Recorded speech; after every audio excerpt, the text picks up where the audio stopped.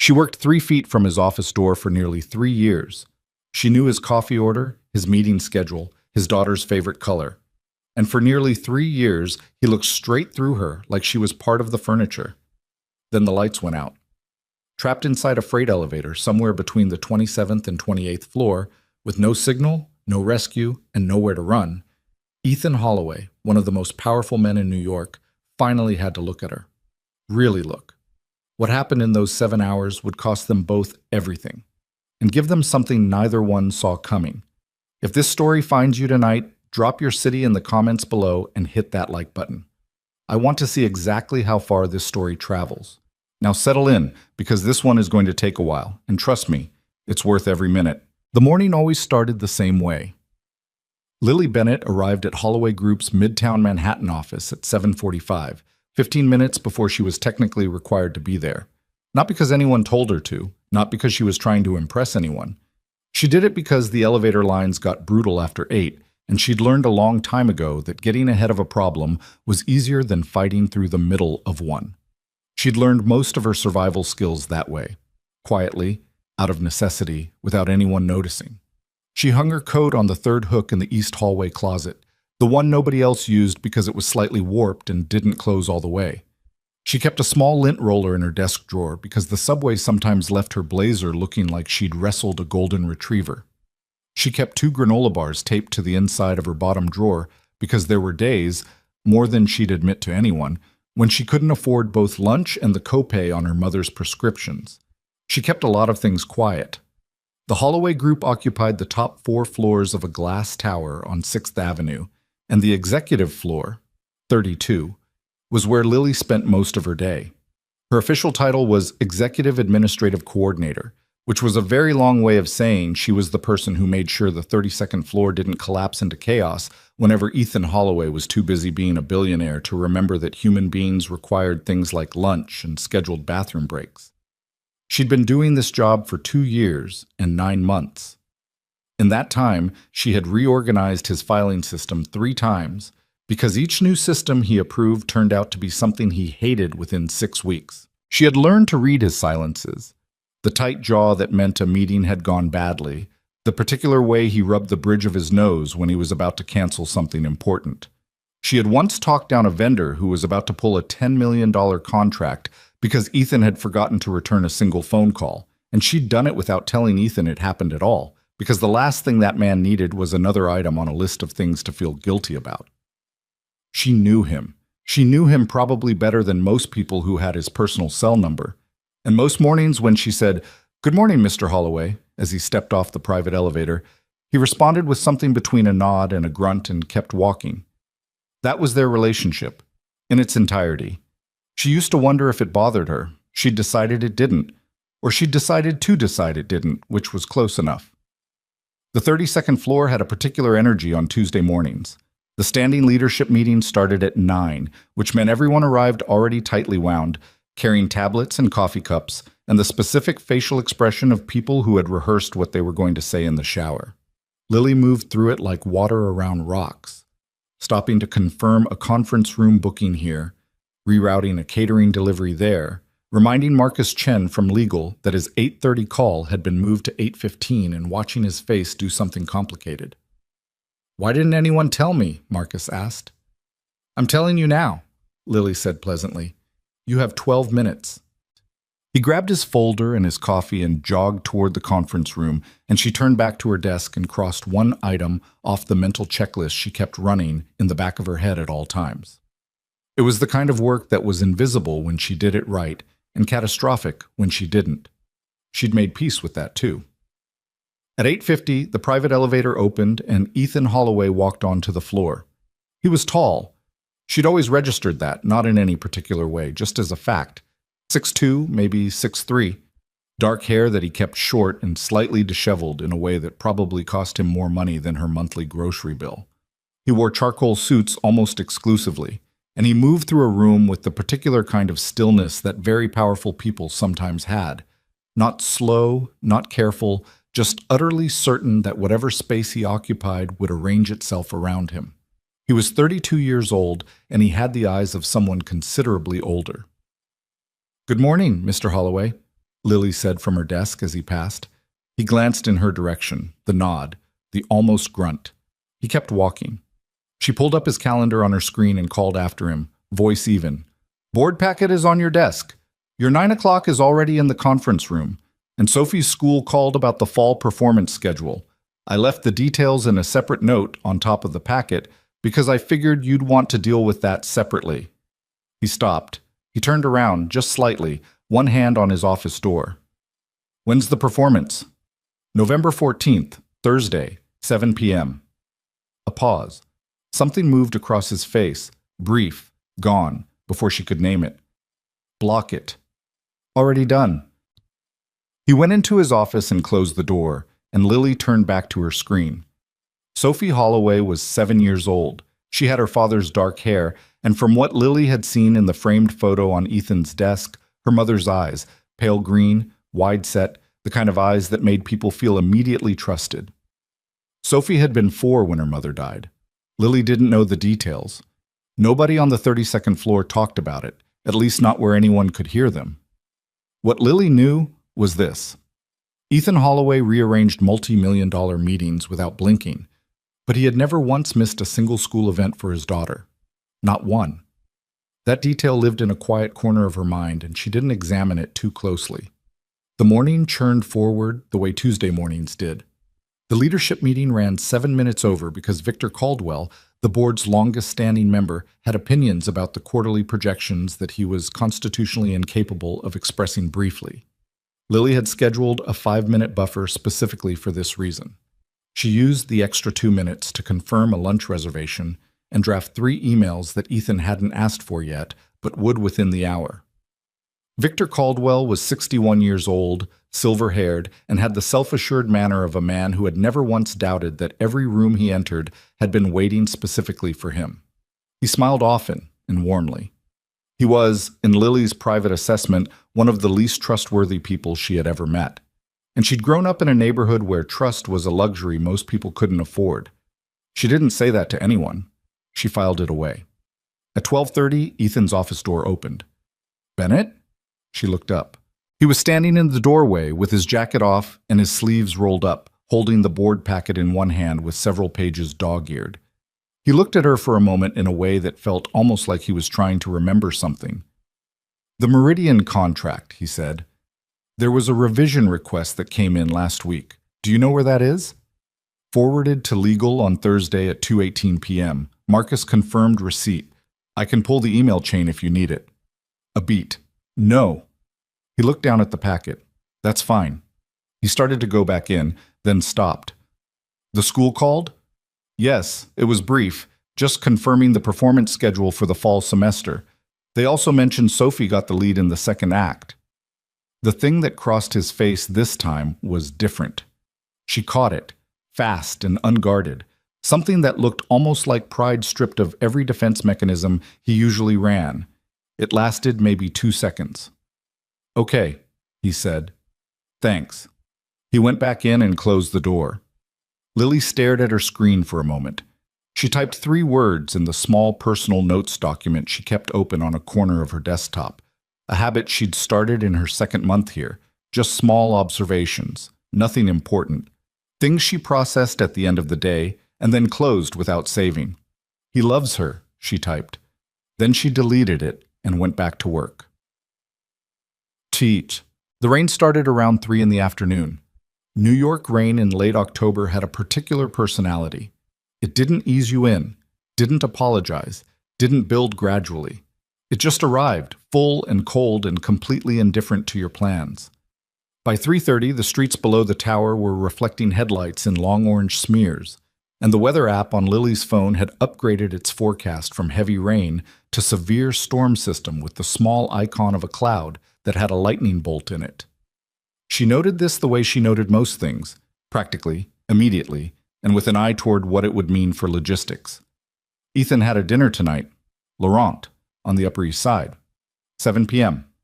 She'd booked it herself, confirmed the reservation, arranged the car service. The car service was going to be a problem in this weather. She picked up her phone and called the driver before anyone asked her to. By 5 o'clock, the office had thinned out considerably. Rain had a way of accelerating the end of the workday, particularly on a Friday, and particularly when people had commutes waiting for them. The Holloway Group's 32nd floor, normally buzzing with controlled energy until at least 6:30, was down to a skeleton crew by 5:15. Lily stayed. She stayed because there were still 3 things on her list, and she didn't enjoy leaving things on her list.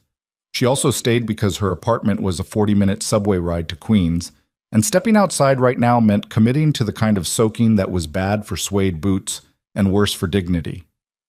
She was on the phone with a vendor in Singapore. Time zone math was another thing she'd learned to do in her head. When the lights flickered, she didn't think much of it. Old building, big storm. She kept talking. Then the lights flickered again, longer this time, and every screen on the floor blinked out simultaneously, and then there was a sound she'd never heard before. A deep, building-wide exhale, like the tower itself had breathed out, and everything went dark. Not dim. Dark. The kind of dark that took a few seconds to process because your brain kept insisting that eyes adjusting to lower light wasn't the same thing as there being no light at all. "I'm going to have to call you back," she said into the phone. And then the phone told her she had 4% battery, and she said a word she didn't say in professional settings. The emergency lighting kicked in about 30 seconds later, pale and yellowish, running on backup power, casting the floor in the kind of light that made everything look slightly unreal. Through the floor-to-ceiling windows, the city outside was a patchwork of dark and lit. Some buildings holding power, some not. The whole grid stuttering in the storm. "Great," said a voice from somewhere near the windows. She turned. Ethan Holloway was standing with his phone in his hand, looking out at the city, jacket back on, tie loosened. He'd apparently still been in his office this entire time. "The car is going to be completely useless," he said, not to her specifically. More to the situation. "I already called them," Lily said. "I told them to stand by, but not to come until I confirmed. Given the weather, I figured you might want flexibility on timing." He turned and looked at her. In the emergency lighting, his face was harder to read than usual. "Good call," he said. She stored that away somewhere too. Good call, 2 words. She was apparently collecting them. He looked back at his phone. "I have no signal." "I have 4% battery and the same problem," she said. "The Wi-Fi appears to be down. Backup generators usually don't run the network routers." He made a sound that was somewhere between a sigh and an acknowledgement. "Is there anyone else still on the floor?" She did a quick mental inventory. "I don't think so. Jorge from facilities usually checks the floor around this time, but he was at the other tower today." She paused. "Security should know about the outage. There'll be someone at the lobby desk." "Then we take the stairs to the lobby." "The emergency stairwell is on the north side." "I know where the stairs are." Of course he did. They went to the north stairwell together, which was not a sentence Lily had ever expected to form about this job. The stairwell door opened fine. Manual mechanism, not reliant on the building's electrical system. And they started down. Emergency lighting here too, even dimmer, the kind of illumination that said you won't die rather than you can see clearly. They made it 4 floors before they hit the problem. The door to 28 wouldn't open. Ethan tried it twice. Lily tried it once. It wasn't jammed. It was locked. Magnetic lock systems, she realized. Certain floors used them as a security measure. Without power to the release mechanism, the door defaulted to locked. "The freight elevator," Ethan said. "The freight elevator runs on separate power circuit, I know. The building spec put the freight elevator on a dedicated emergency circuit. It should still be operational." She looked at him. "You know the building spec." "I own the building." Right. She sometimes forgot that part, in the same way you sometimes forgot the ocean was there, even when you were standing next to it. The freight elevator was on the far side of the floor, accessible from the stairwell through a secondary corridor. They found it without difficulty. The doors opened when Ethan pressed the call button. The interior was smaller than she'd expected, functional, industrial, with metal walls and a single fluorescent strip light running on what she assumed was the emergency circuit. There was a fold-down bench along one wall, a fire extinguisher in the corner, a panel of buttons that looked like it hadn't been updated since approximately 1994. They stepped in. Ethan pressed the lobby button. Letter G, old-fashioned, slightly sticky. The doors closed. The elevator moved. It moved for about 45 seconds, smooth enough. And then something happened that Lily would later describe to her friend Dara as the worst mechanical sound she had ever heard in her life. A grinding, shuddering protest from somewhere in the shaft above them. And the elevator stopped. Not slowed.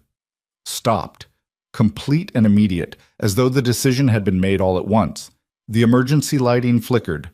Held. A long silence. "We're stuck," Lily said. "Yes," said Ethan. "Between floors." "Yes." Another silence. "The emergency phone." She pointed to a small panel near the buttons. He was already opening it. He picked up the handset, listened, put it back. "Line's working. I called down. Security knows. They're contacting the elevator maintenance company." He paused. "The technician is 40 minutes out." 40 minutes. She looked at the metal walls, the dim strip light, the fold-down bench. She calculated the square footage. She estimated it at maybe 6 feet by 8 feet, give or take. "Okay," she said. Ethan took off his jacket and folded it over his arm. He sat down on the fold-down bench. He looked at the floor. Lily stood for a moment, and then, with a quiet lack of ceremony, she sat down on the bench too, a careful distance away from him, far enough that this didn't feel strange, close enough that they could talk at a normal volume. They sat in silence for a while, the kind of silence that had weight to it. Ethan spoke first. "You've been here almost 3 years." She looked at him. 2 years and 9 months. "Before that?" She paused. "Executive assistant at a law firm downtown. Before that, a nonprofit in the Bronx." She kept her voice even, the way she always did when she was saying things she hadn't been asked to say before. "Before that, various things. I put myself through school while working. It took a while." He was quiet for a moment. "What did you study?" This one surprised her.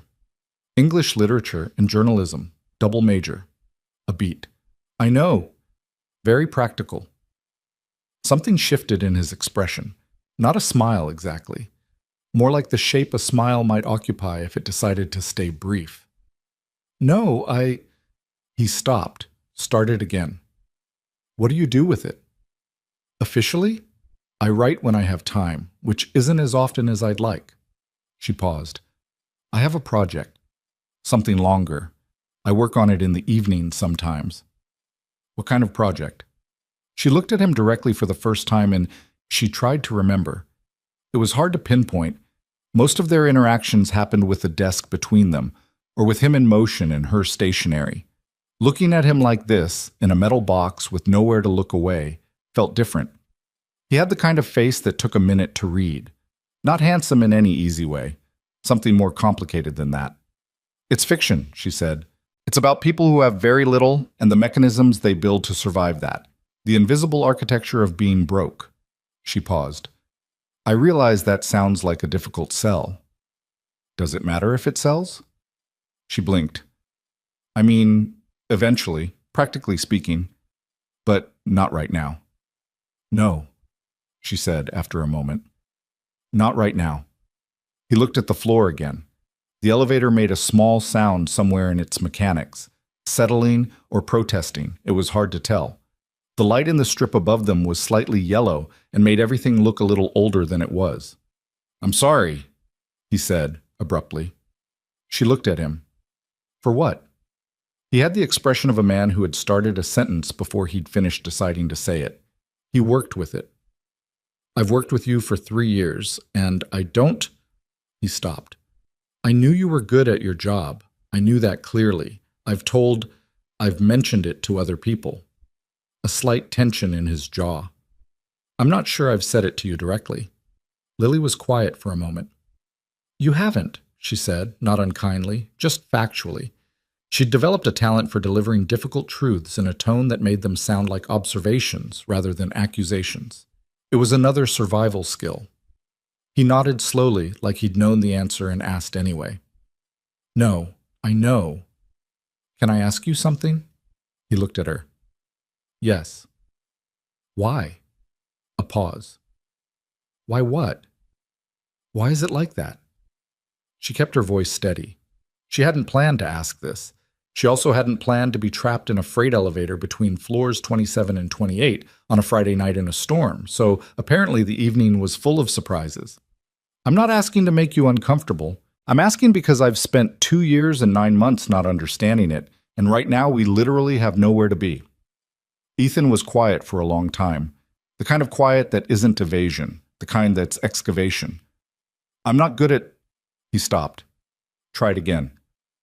After Claire died, I stopped being good at... Another stop. He pressed the heel of his hand to his knee, a small gesture of frustration with himself.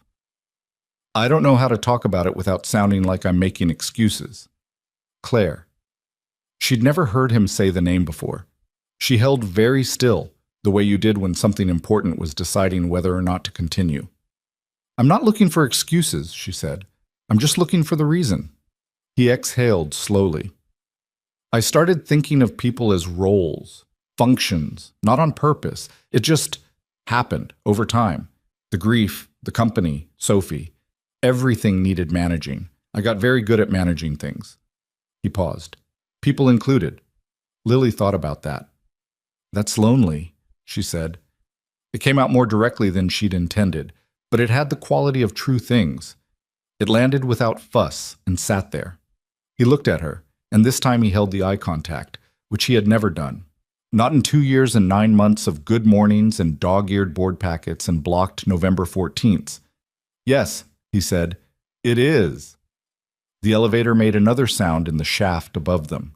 Outside, somewhere beyond the metal walls and the stopped machinery and 40 feet of air, New York carried on in the dark.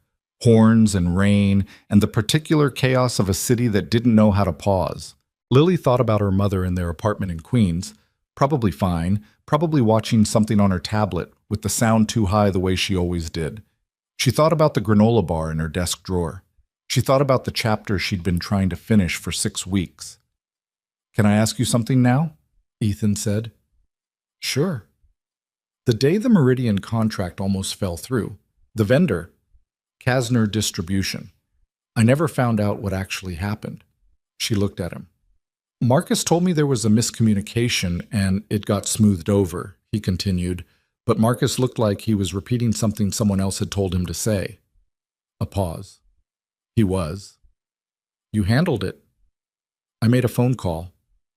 And didn't tell me. She considered her answer. You had a lot going on that week. It would have been another thing on a list that was already too long. I handled it, it was resolved, the contract stayed. I didn't see what telling you would have accomplished except giving you something else to worry about retroactively. He was quiet for a moment. You were protecting me. I was doing my job. No. He shook his head slightly. I know what doing a job looks like. That was something else. She didn't have an answer for that, so she didn't offer one. The strip light above them flickered briefly and held again. What was it like? He asked. Growing up the way you described. She took a breath. This was different territory. More personal, less professional. The elevator wasn't getting any bigger. Tight, she said finally. Not dramatic. There were dramatic moments, but mostly it was just tight. Every month was a calculation. Can we cover rent and groceries, or do we prioritize one? Does the car get fixed, or does the electric bill get paid? My mom worked 2 jobs for most of my childhood, and she still sometimes had to ask her sister for help. She looked at her hands. You get good at not needing things, or convincing yourself you don't. That's why you keep granola bars in your desk. She looked at him sharply. His expression was neutral. I've seen them. I'm observant. I'm just not... I understand now that I'm not always communicative about what I observe. That's a diplomatic way to put it. It's accurate. She almost laughed. It came out as something small and involuntary, a single exhale with something warm in it. She caught it and pressed her mouth together. He didn't smile, but something around his eyes changed slightly. The granola bars, she said, after a moment, are a habit. From a time when I genuinely needed them. I don't necessarily need them now, but I don't feel safe without them. She paused. That probably sounds irrational. No, he said immediately. It sounds like something that makes complete sense. She looked at him. You don't have to... I'm not being polite. His voice was even. I'm being honest, which I'm told I'm also not especially communicative about. This time she did laugh. Quiet, a little surprised at herself. And something in the metal box shifted. Some quality of the air between them, some arrangement that had held for 2 years and 9 months, and had been predicated on distance and role, and the particular fiction that these two people occupied entirely separate worlds.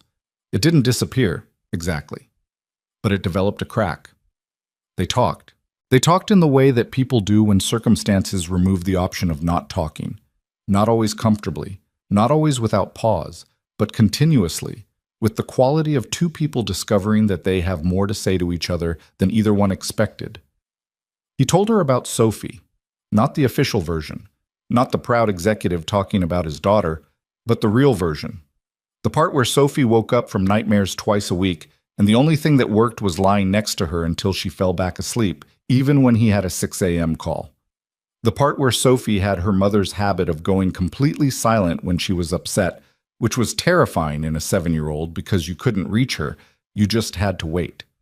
The part where he had been to 3 different therapists in the past 4 years, not because he believed in it precisely, but because Sophie's pediatrician had told him that children absorb parental grief and process it as their own. And he had decided that whatever it cost him, Sophie was not going to pay for his grief.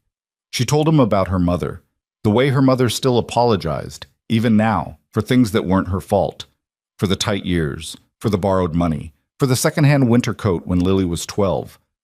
The way Lily had never been able to convince her that none of it required apology. The way her mother made arroz con pollo that was the best thing Lily had ever tasted, in any restaurant, at any price point, and the way that dish existed for Lily as a kind of landmark. Whenever she was homesick, even in her own city, she'd think about that smell from the kitchen and feel slightly less untethered. Ethan was quiet after that. "I haven't cooked in 2 years," he said. "We have someone who comes in." "That's practical. Sophie asked me last month if I could make pancakes for her birthday breakfast. Just regular pancakes." A pause. "I burned the first 2 batches. And? The 3rd batch was edible. She told me they were delicious. She was being generous. She's 7. She was being diplomatic." Something crossed his face, complicated and fond. "She's going to be terrifying when she grows up." Lily smiled without thinking about it. "She sounds like it." The maintenance call came through on the emergency phone at 9:47 p.m. By that point, they'd been in the elevator for nearly 2 hours.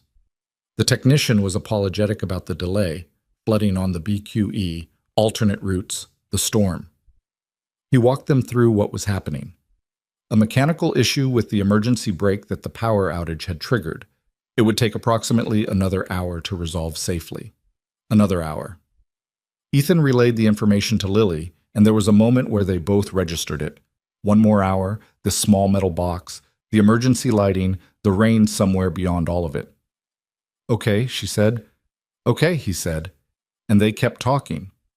At some point, she couldn't have said exactly when, she started talking about the book. The real version of it, not the polished 30-second explanation she gave when people asked. The actual thing she was trying to write, which was about her grandmother and the neighborhood in the Bronx where her mother grew up, and the way poverty had a texture and a sound and a particular smell of cooking and damp concrete and other people's cigarettes, and how she wanted to write it in a way that felt like standing inside that world rather than observing it from outside. He listened, not politely, actually listened, the way you could tell someone was listening because they asked questions that came from what you'd just said, not questions they'd prepared. "Why do you think it's taking so long?" he asked. "The writing." She thought about it. "Because I'm afraid of it," she said. "I'm afraid if I write it wrong, it'll feel like I've done something wrong to the people it's about. Like I'll have turned their lives into something smaller than they were by putting words on it. And if you write it right?" A pause. She hadn't thought about that part as much. "Then maybe someone who doesn't know that world will know it a little. And maybe someone who does know it will feel a little less like it's invisible." He was quiet for a long moment. "Write it," he said. Just that. She looked at him. He wasn't looking at her. He was looking at a point on the metal wall, slightly unfocused, like he was thinking about something else at the same time. "That's not helpful advice, specifically," she said. "No, but it's correct." She thought about arguing. She didn't. The elevator started moving at 11:12. It descended the remaining distance to the lobby in about 30 seconds, smooth and completely unremarkable, as though it hadn't just held two people suspended between floors for close to 3 hours. The doors opened. The lobby was lit by emergency generators, bright and slightly harsh after the dim box they'd been in. There were two security guards, both visibly relieved. The maintenance technician, rain-soaked, was standing to the side with a tablet and an apologetic expression. And standing near the revolving doors, sheltered from the rain, were two men Lily didn't immediately recognize, and one of them had a camera. She registered it a half-second before Ethan did. The flash. The angle. The practiced quickness of a person who knew they had a small window.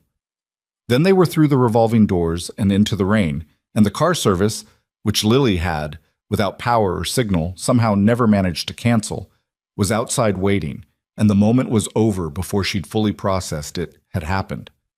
In the car, water dripping from her hair onto her collar, she sat beside Ethan Holloway in the back seat, and they were both quiet for a long moment. "The driver can drop you first," he said. "Queens, right?" She looked at him. She had never told him she lived in Queens. He met her gaze. "I signed the HR paperwork." "Right," she said. The car moved through wet streets, and the storm was beginning to ease, and somewhere behind them the tower was dark, and somewhere two men were looking at a photograph, and none of that had happened yet in any way that mattered. For now there was just the rain on the windows and the lights of the city smearing past, and the particular silence of two people who had told each other something true and didn't yet know what to do with it. The photograph ran on a Saturday. Lily found out about it the way she found out about most things that happened outside her control, through someone else's reaction to it first. Her friend Dara called at 7:43 in the morning, which was how Lily knew before she even picked up that something had gone sideways, because Dara did not call before 9 on weekends.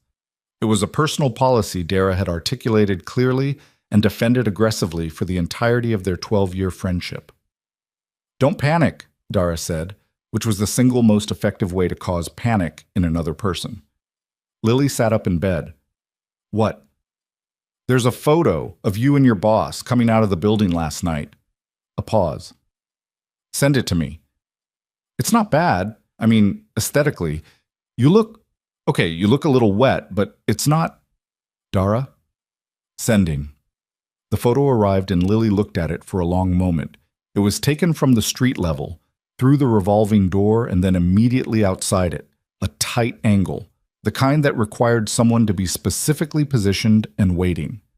It showed Ethan first, jacket on, hand on the door, and then Lily a step behind him, her hair damp from the walk to the car, her coat buttoned wrong because she'd grabbed it in a hurry in the dark. They weren't touching. They weren't even particularly close. But the camera had caught a specific moment, the moment when Ethan had turned slightly back toward her, and she had looked up at him, and whatever expression was on both their faces was the kind that didn't belong to a boss and his employee at the end of a normal workday. That was the problem. Not what they were doing, what they looked like they were feeling.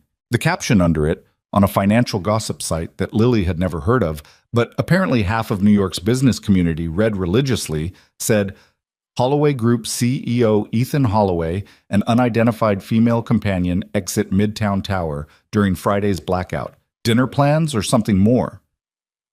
Unidentified female companion. She put the phone face down on the mattress and stared at the ceiling. "Lily?" Dara's voice, tinny through the speaker. "I'm here." "Are you okay?" "I'm processing." "Okay, but while you process, is there something to tell me? Because that photo has a vibe." "We were trapped in a freight elevator for 3 hours during the blackout. When it finally got fixed, we walked out. Someone was there with a camera." A pause on Dara's end. "Trapped. In an elevator. For 3 hours. Just the two of you." "Yes. And nothing happened." "We talked." "About?" "Various things." "Lily?" "I'm serious. We talked. That's it." She picked the phone back up and looked at the photo again. The expression on her own face was the thing that bothered her most. She hadn't known she'd looked like that. Open, somehow. Less guarded than she thought she'd been. "It's fine. It's a gossip site. Nobody important reads it." This turned out to be wrong. By Sunday afternoon, the story had migrated from the gossip site to 3 financial industry publications, and the framing had shifted. It was no longer speculative. It was a story. And the story had acquired a particular shape: the billionaire CEO and the employee, the power imbalance, the questions it raised about professional conduct and judgment. One piece used the word distraction. Another used the phrase sources close to the board without naming anyone. Sources close to the board. Lily read that twice. She knew, with the particular instinct she'd developed from years of watching rooms and reading the silences in them, exactly whose sources those were. She thought about Victor Caldwell and his warm smile and his opinions about quarterly projections. She thought about the way he'd looked at Ethan in Tuesday's meeting, attentive, collegial, with something underneath it that she'd filed away and not examined too closely. She examined it now. She spent Sunday afternoon on her laptop, reading things. Financial news archives going back 4 years. Board meeting minutes, which were public record for a company Holloway Group's size. A profile of Victor Caldwell in a business magazine from 18 months ago that described him as a steadying hand on the wheel of one of New York's most dynamic companies. She read that sentence 3 times. It felt like it had been written to mean something else. She didn't know what she was looking for, exactly. She knew she'd recognize it when she found it. She didn't find it that afternoon, but she opened a folder on her desktop and started dropping files into it. Old habit. From a time in her life when the only resource she had was information, and she'd learned to collect it carefully and keep it organized. She went to bed at midnight and lay awake for a while, listening to the rain that had finally gentled to something quieter, and thought about the look on Ethan's face when she'd told him the granola bars were a habit from a harder time, the way he hadn't done anything performative with that information, hadn't offered sympathy or pivoted to something more comfortable, had just said, "That makes complete sense." She thought about that more than she should have. Monday arrived the way Mondays did, without sympathy and slightly ahead of schedule. Lily got to the office at 7:30 instead of 7:45. She told herself it was because she had extra things to get done. She was mostly lying to herself and she knew it, but she was in a hurry, so she let it go. The 32nd floor had a different quality when she walked in. She'd spent enough time in rooms to know when a room had been talking before you arrived. It was in the micro adjustments, the conversations that lowered half a register as you passed, the eye contact that lasted 1 second too long, the particular studied casualness of people who were pretending they hadn't just been discussing you. She went to her desk, turned on her computer, and started working. At 8:15, her desk phone rang. Internal line. "Bennett?" She answered it the way she always did. "My office." Ethan's voice. "Now, please." The please was new. She noted it. She walked to his office and knocked once and opened the door. He was standing at his window with his back to her, hands in his pockets, looking at the city. He'd been here early, too, she could tell. His coffee cup was already half empty, and he'd moved the stack of papers on his desk from the position she'd left them Friday to a different arrangement, which meant he'd been sitting there actually working for a while before he started looking out the window. "Close the door," he said. She did. "Have you seen it?" Not a question. "Yes," she said. Both versions.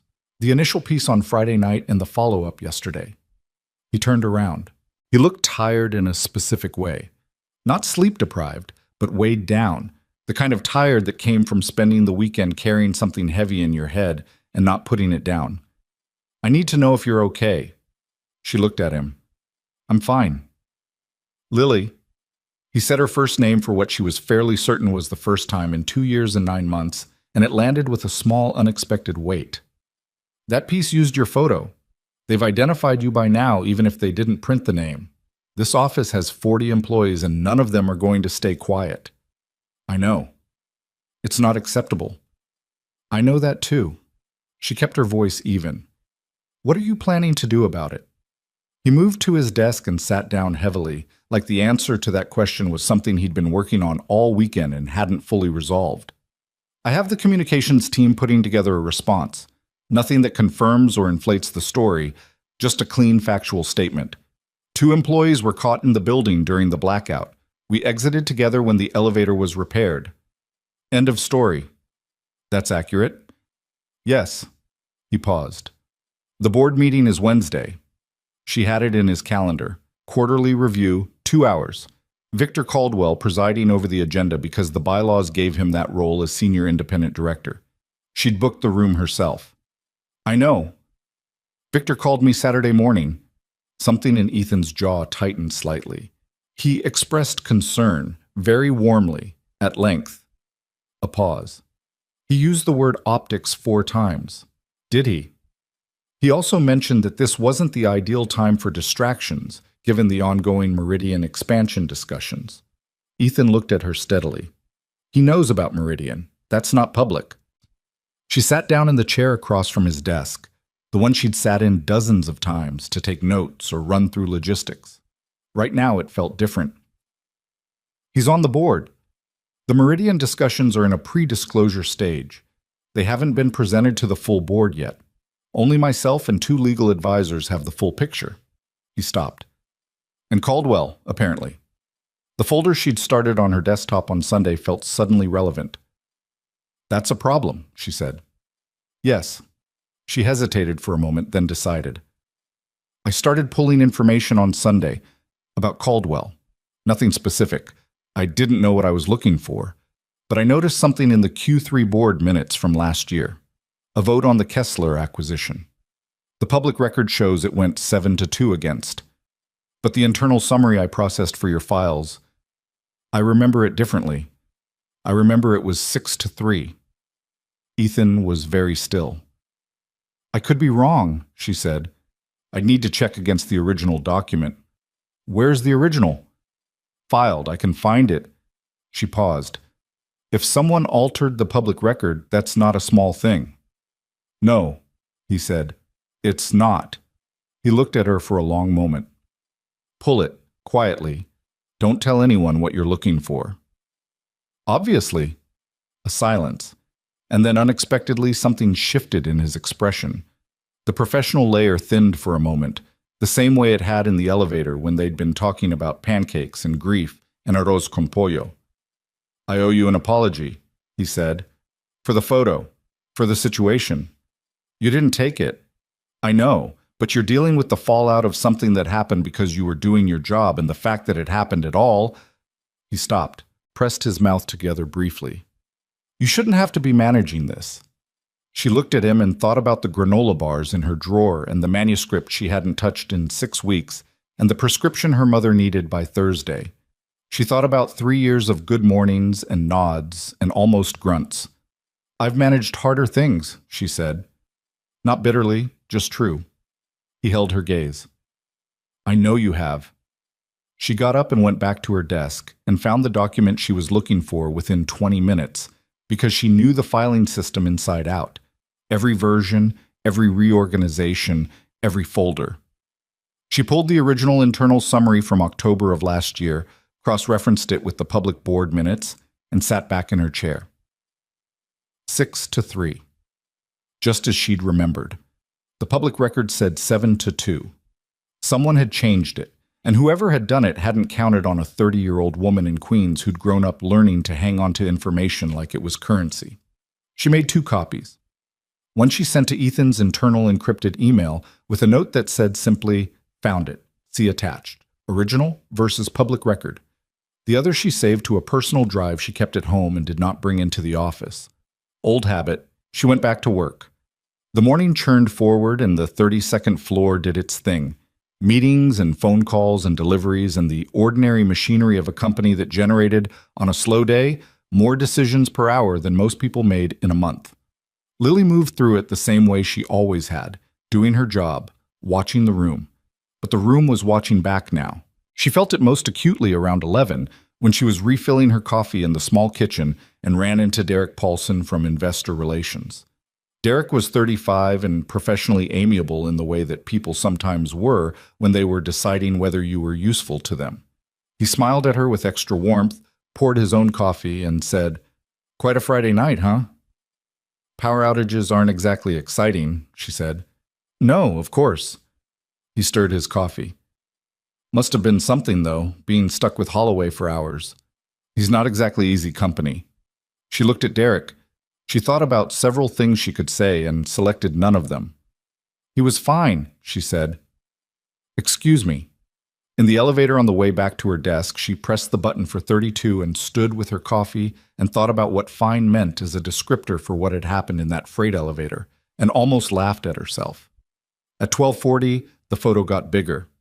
One of the financial publications, the largest one, the one that the entire industry actually read, ran a proper piece.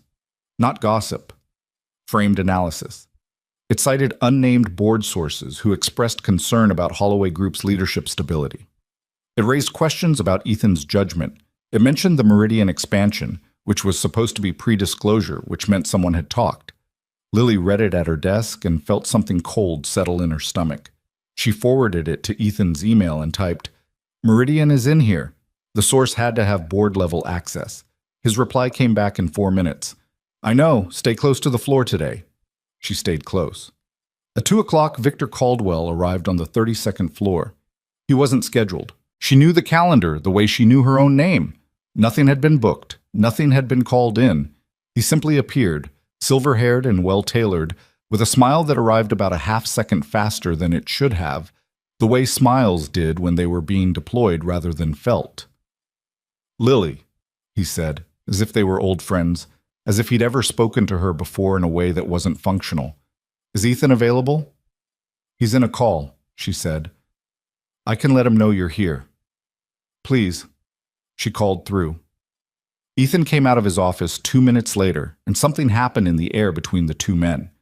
A very particular rearrangement, like two people who had been playing chess and had just looked up from the board and acknowledged the other person's presence for the first time. "Victor," Ethan said. His voice was neutral in the specific way it was neutral when he was paying very close attention. "I thought we should talk before Wednesday," Caldwell said pleasantly. "Is now a good time?" "Of course. Come in." They went into the office. The door closed. Lily sat at her desk and did not obviously try to hear anything, which was easy because she genuinely couldn't through a closed solid core door. What she could do, what she had been doing, quietly, for the past several hours, was think. She thought about the altered board minutes. She thought about the way the financial piece this morning had known details that shouldn't have been in circulation. She thought about the photo and who would have been positioned to know that Ethan and Lily were still in the building on Friday night and would be leaving through the lobby when the elevator was finally repaired. Someone on the building's security team would have known, the maintenance tech, or someone who had access to the building's internal systems, or someone who had been watching. She pulled up the building's visitor log for Friday. She had access because managing executive floor logistics sometimes required it. She scrolled through the afternoon entries. Most were routine, but at 4:47 p.m., 20 minutes before the blackout, a visitor had badged in on the ground floor. Guest badge, escorted by building security. No company affiliation listed. Name, R. Malone. R. Malone had not badged out until 11:58 p.m., 1 hour after Lily and Ethan had left the building. She looked at that entry for a long time. Then she copied it to the folder on her personal drive. Victor Caldwell left Ethan's office at 2:40. He passed Lily's desk and smiled at her the same warm way and said, "Have a good afternoon." And she said, "You too," and watched him step into the elevator. Ethan appeared in his doorway 30 seconds later. He looked at her with an expression that was flat and controlled, and she'd learned by now that flatness and control in his face was what happened when something had gotten genuinely under his skin. "Find out everything you can about Victor's ownership positions in the companies we're competing with for the Meridian contracts," he said. Discreetly. As always, she was already reaching for her keyboard. "Anything else?" He was quiet for a second. "The Kessler vote from October, the original internal summary. Is it somewhere safe?" "2 copies," she said. "One on your encrypted server. One somewhere he can't get to." Something in his face shifted. Not relief exactly, but the particular expression of a person who had been half expecting the ground to shift and was glad to find it hadn't. "Good," he said. Then, "Thank you, Lily." Again the name. She was going to have to get used to that, apparently. "Go take your call," she said. "I've got this." He went back into his office, and she started digging. By the time 4 o'clock came around, she had assembled the beginning of something that felt significant. Victor Caldwell had, through a layered series of holding companies, ownership positions in two of the three main competitors bidding against Holloway Group for the Meridian distribution contract. The structure was complicated enough that it wasn't immediately obvious, the kind of thing that required patience and the willingness to follow a chain of entities through multiple filings. But it was there. She also found, in a public regulatory database, a complaint from 6 years ago, before Victor had joined the Holloway board, involving a different company, a similar allegation of insider positioning. The complaint had been dismissed for insufficient evidence, but it had been filed. Pattern. She knew what patterns looked like. She organized everything she had into a clean document, clearly sourced, nothing speculative. Facts and their documentation, laid out in the order she'd found them. She sent it to Ethan's encrypted email with the subject line, "Read before Wednesday." Then she sat back and let out a long, slow breath. She hadn't eaten since the granola bar at 10. She opened her drawer and took out the second one and sat there eating it at her desk, watching the light change outside the windows as the afternoon moved toward evening. The 32nd floor had thinned again. People heading home or to dinner or wherever people went at the end of a Monday that had been heavier than Mondays were supposed to be. Her desk phone rang at 4:30. She picked it up. "Bennett." "It's me." "Ethan. I'm looking at what you sent." "Okay." A pause. "How long did this take you?" "A few hours." "Where did you find the Caldwell regulatory complaint?" "Public database. It's not hidden. It's just not easy to find unless you're looking for it specifically and you know how to navigate the filings." Another pause. Longer. "Lily." "Yes. I need you to understand what this is. If this is accurate, I didn't send you anything I couldn't document," she said. "Every item has a source citation. Nothing is extrapolated." "I know." He paused again. She could hear him moving in his office. Chair, papers. "I'm calling legal tonight. I want you on that call." She sat up slightly. That was different. She took notes on calls. She didn't usually participate in them. "All right. 7 o'clock. I'll send the dial in. I'll be here. You don't have to stay late again." "I'll be here," she said. The line was quiet for a moment. "Can I ask you something?" he said. "You've been asking me things. I don't seem to be stopping you." Something in his voice changed, the professional layer thinning the same way it had in the elevator.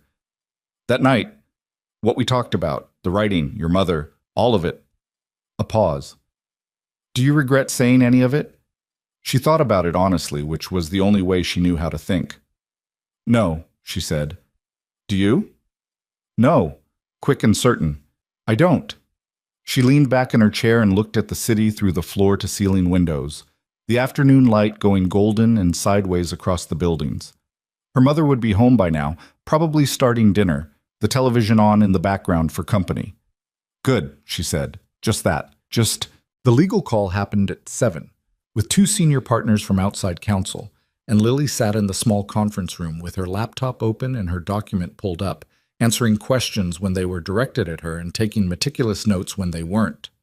The lawyers were sharp and moved fast, and by 8:15 they had outlined a preliminary strategy for Wednesday that Ethan would need to refine and Lily would need to organize supporting documents for. When the call ended, Ethan appeared in the conference room doorway. He was in his shirt sleeves again, jacket somewhere, and he looked less weighed down than he had this morning, which she took as a reasonable sign. "You were good on that call," he said. "I was accurate on that call. That's different." "Not from where I was sitting." She saved her document and closed the laptop. "I'll have the supporting packet ready for you by tomorrow morning, 7 a.m. if you want to review before the day starts." 7 is fine." He paused. "Have you eaten?" She thought about the granola bar. "Approximately. There's food. The delivery I ordered at 6. It's still in my office if you want." He said it with the particular careful casualness of someone who wasn't sure how the offer would be received and was trying not to make it a big thing. She thought about the 40-minute subway to Queens and her mother's arroz con pollo and the chapter she hadn't touched in 6 weeks. "Okay," she said, "for a few minutes." They sat in his office with containers from a Thai place on 51st Street and talked about the legal strategy mostly, and then about other things. The way conversations between two people do when the professional scaffolding is there, but it's late and the floor is empty and the city is doing its nighttime thing outside the windows. He told her Sophie had asked that morning why he'd come home so late on Friday. "What did you tell her?" Lily asked. "The truth, that I'd gotten stuck at work." A pause. She asked if I'd been scared. "Had you?" He considered it. "No." Another pause. "That's probably the most honest answer I've given about Friday." She looked at him across the takeout containers and thought about the photo. The one that had started all of this. The one that had captured whatever was on their faces when they'd walked out of that building. She thought about what a camera couldn't capture. 3 hours of two people deciding to be honest with each other in a 6x8 metal box. "She sounds like a perceptive kid," Lily said, terrifyingly so. He said it the same way he'd said it in the elevator, complicated and fond. She finished her food and stood up and put on her coat. He walked her to the elevator, the main one, the regular one, and pressed the button for her, and they stood in the hallway for a moment with the ordinary awkwardness of two people at the end of an evening that hadn't quite been a regular work evening and wasn't quite anything else either. "Wednesday's going to be difficult," he said. "I know. I want you to know, whatever happens in that boardroom, what you've done in the last 2 days is not nothing. It's not anywhere close to nothing." She looked at him. He was looking back at her with that same directness she'd first registered in the elevator, the kind that happened when the professional layer was down and there was nothing between the expression and the person having it. "I know it's not," she said. Not immodestly, just accurately, something almost like a smile. "Good." The elevator arrived. She stepped in. As the doors were closing, she heard him say quietly, more to himself than to her, 7 a.m. 7 a.m., she confirmed. The doors closed and she rode down alone, and somewhere above her the 32nd floor settled into the kind of quiet that big offices had at night. The hum of servers, the distant city, the accumulated weight of everything that had happened in a room and hadn't quite finished happening yet. She got on the subway to Queens. She opened a new document on her phone and wrote 3 sentences of her book, the opening of a chapter she'd been trying to find for weeks. The words came out different than she'd expected, cleaner, more direct. She didn't delete them. The supporting packet was on Ethan's desk at 6:58 a.m. Lily had been at the office since 6:15. She hadn't slept particularly well, not from anxiety exactly, more from the particular restlessness that came when her brain decided that 2 a.m. was an excellent time to keep running through documents and implications, and the specific look on Victor Caldwell's face when he'd said, "Have a good afternoon" on his way out of the building. She'd given up on sleep at 5, made coffee in her mother's kitchen, and taken the first subway of the morning into the city while the streets were still half dark and mostly empty. The packet was 41 pages. She knew because she'd assembled every one of them: the board minutes discrepancy, the regulatory complaint, the ownership documentation on Caldwell's holding companies, the timeline of events from Friday through Monday, cross-referenced with the media publications and their sourcing patterns. She'd had it organized, indexed, and printed on the office's secure printer before most of the building's cleaning crew had finished their rounds. She put it on his desk with a single post-it on the cover. Read the executive summary first, then pages 12 to 19. Call me if you have questions before you read the rest. Then she went to her desk and drank her coffee and waited. Ethan arrived at 7:20. He was moving faster than usual, the particular pace of someone who had things to do and had already been doing them in his head for hours. He stopped at her desk for a fraction of a second. "It's on your desk," she said. "Executive summary first." He nodded and kept moving. She heard his office door close. She started on her own morning tasks, the routine ones, the calendar confirmations, the email triage, and worked steadily while in the back of her head she kept a quiet count of how long it was taking him to read. He came out at 8:05. He stood in the doorway of his office and looked at her with an expression she hadn't seen on him before. Not quite anger, not quite fear. Something that existed in the space between those two things, where a person went when they understood clearly what they were dealing with and were deciding how to deal with it. The holding companies, he said. Caldwell is third-level beneficial owner on 2 of those entities. How did you find that? SEC beneficial ownership disclosures require third-level reporting for positions above 5%. Most people don't read to that level because the filings are structured to be difficult to cross-reference. I cross-referenced them in one afternoon. I'm a fast reader. He stepped out of his doorway and came to her desk and stood there, which he almost never did.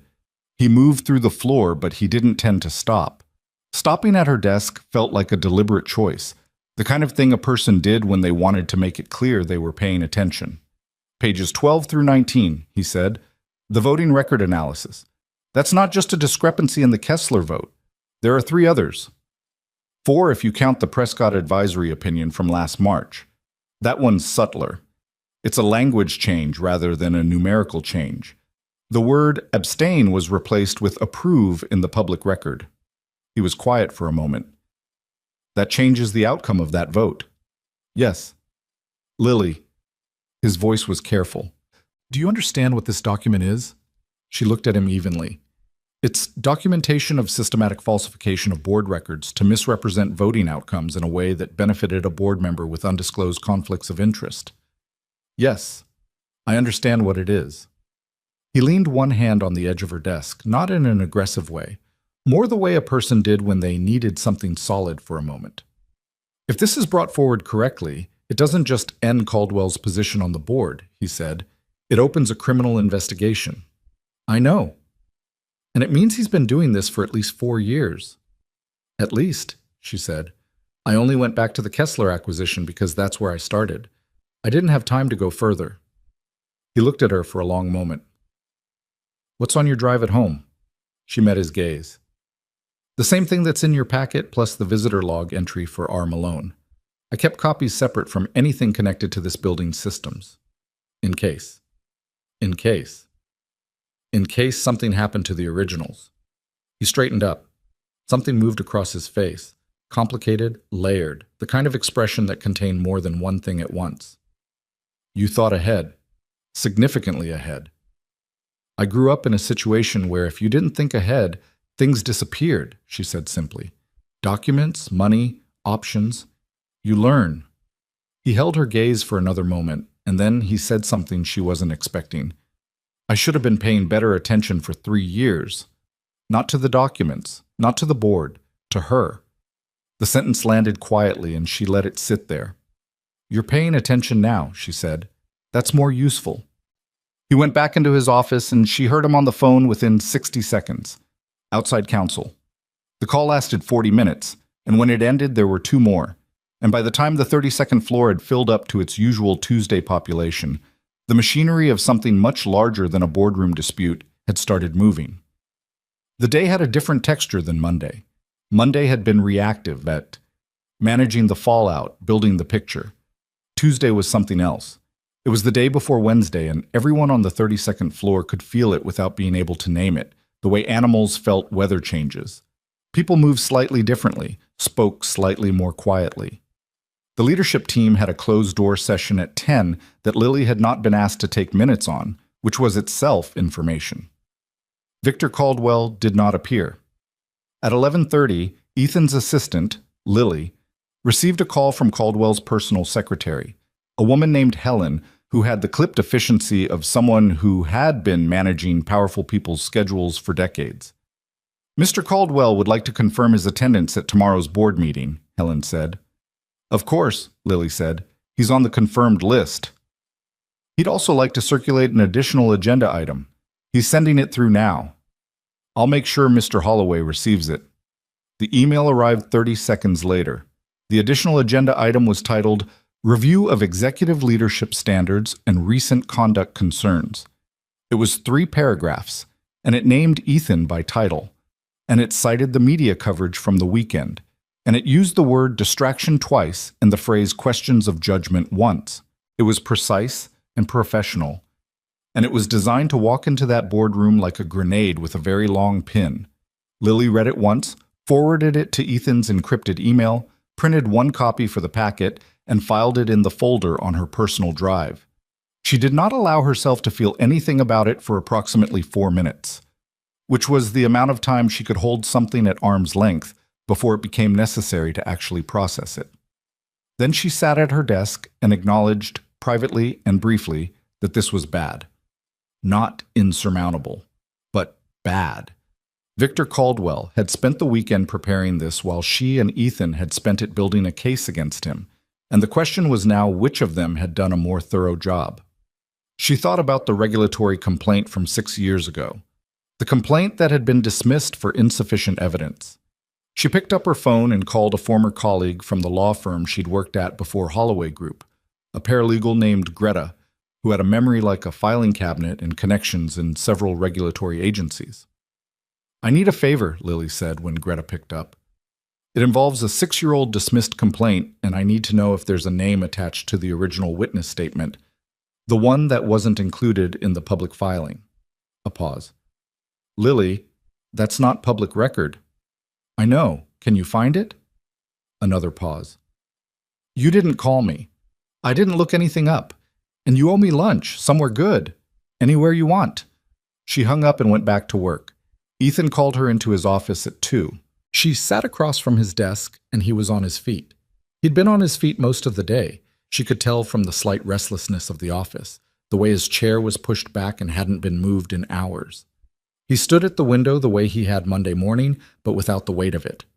Today he was electric in a contained way, the kind of energy that came from a person who had been still for too long and had finally found something to move toward. "Tomorrow," he said, "the meeting starts at 9. Caldwell is going to push his agenda item in the first 30 minutes. Flanking move. He wants to get it in before the standard business so it reframes the entire session." "What's your counter?" He turned from the window. "I present the financial evidence against him directly to the full board before the agenda opens. No warning, no advance circulation. He walks in expecting to control the room, and instead he's looking at 4 years of documented misconduct." She thought about that. The element of surprise matters, but only if your documentation is unimpeachable. "Is it?" She held his gaze. "The documentation I gave you is unimpeachable. The question is whether legal can package it correctly overnight. They're working on it now. They'll have a presentation deck by 6 a.m. He paused. "I want you in that room tomorrow." She blinked. "The board meeting. You compiled the evidence. You understand it better than anyone in legal who's been working with it for 24 hours. If there are questions, I'm not a board member or an officer. You're executive administrative coordinator. There's no bylaw preventing staff from being present in a support capacity." He looked at her steadily. "I want you there." She thought about several objections and examined each of them. They were all valid. They were also all, in the final assessment, less important than the fact that he was right. She did understand the documentation better than anyone who'd come to it in the past day. "All right," she said, "there's something else." He moved to his desk and sat down, which meant this was the part he'd been building toward. "Caldwell is going to come after you personally, in that room. He's going to use the photo, the coverage, the perception of impropriety. He's going to suggest that you've been given access you shouldn't have, that the documentation itself might be compromised because of your relationship to me." She absorbed that. "And what do you say to that?" "I say that your employment record is flawless, that you've operated well within your professional scope, and that the documentation is sourced from public records and company filings that anyone with the appropriate access could have found." He paused. "And I say that the attempt to discredit you is itself evidence of the kind of person he is." That last part is less provable. It doesn't need to be proven. It needs to be said. She was quiet for a moment. "He's going to be humiliated in front of the full board." "Yes." "He's not going to take that without fighting back." "I know." "What's the worst version of what he can do tomorrow?" Ethan looked at her steadily. "Convince enough board members to call for my resignation pending investigation. Frame everything as a conflict of interest and create enough uncertainty that the board decides it's safer to remove me than to act on the evidence." "Is that possible?" A beat. "It's possible." He didn't dress it up. "It's less possible than it was before you found what you found, but it's possible." She sat with that, the honest version of it, The part where she'd spent 2 days building something and it might still not be enough. Okay, she said. Okay. What time do you want me here tomorrow? 7. We'll do a run-through before anyone else arrives. She stood up. At the door, she stopped and turned back. Ethan. The name still felt slightly unfamiliar in her mouth, so she'd spent 3 years not using it. Whatever happens tomorrow, you know what he's been doing. The board will know. That doesn't go away even if the day goes badly. He looked at her from across the room. I know. I just wanted to say it. I know, he said again, quieter. Thank you. She went back to her desk. Greta called at 4:17. There was a witness, Greta said without preamble, to the original complaint 6 years ago. The statement was sealed at the witness's request, which is why it wasn't in the public filing. The name on the sealed statement is a man named Thomas Reedy. He was CFO of a company called Arcturus Holdings at the time. Lily wrote it down. What happened to him? Left Arcturus 6 months after the complaint was filed. Went private sector. I don't know where he is now.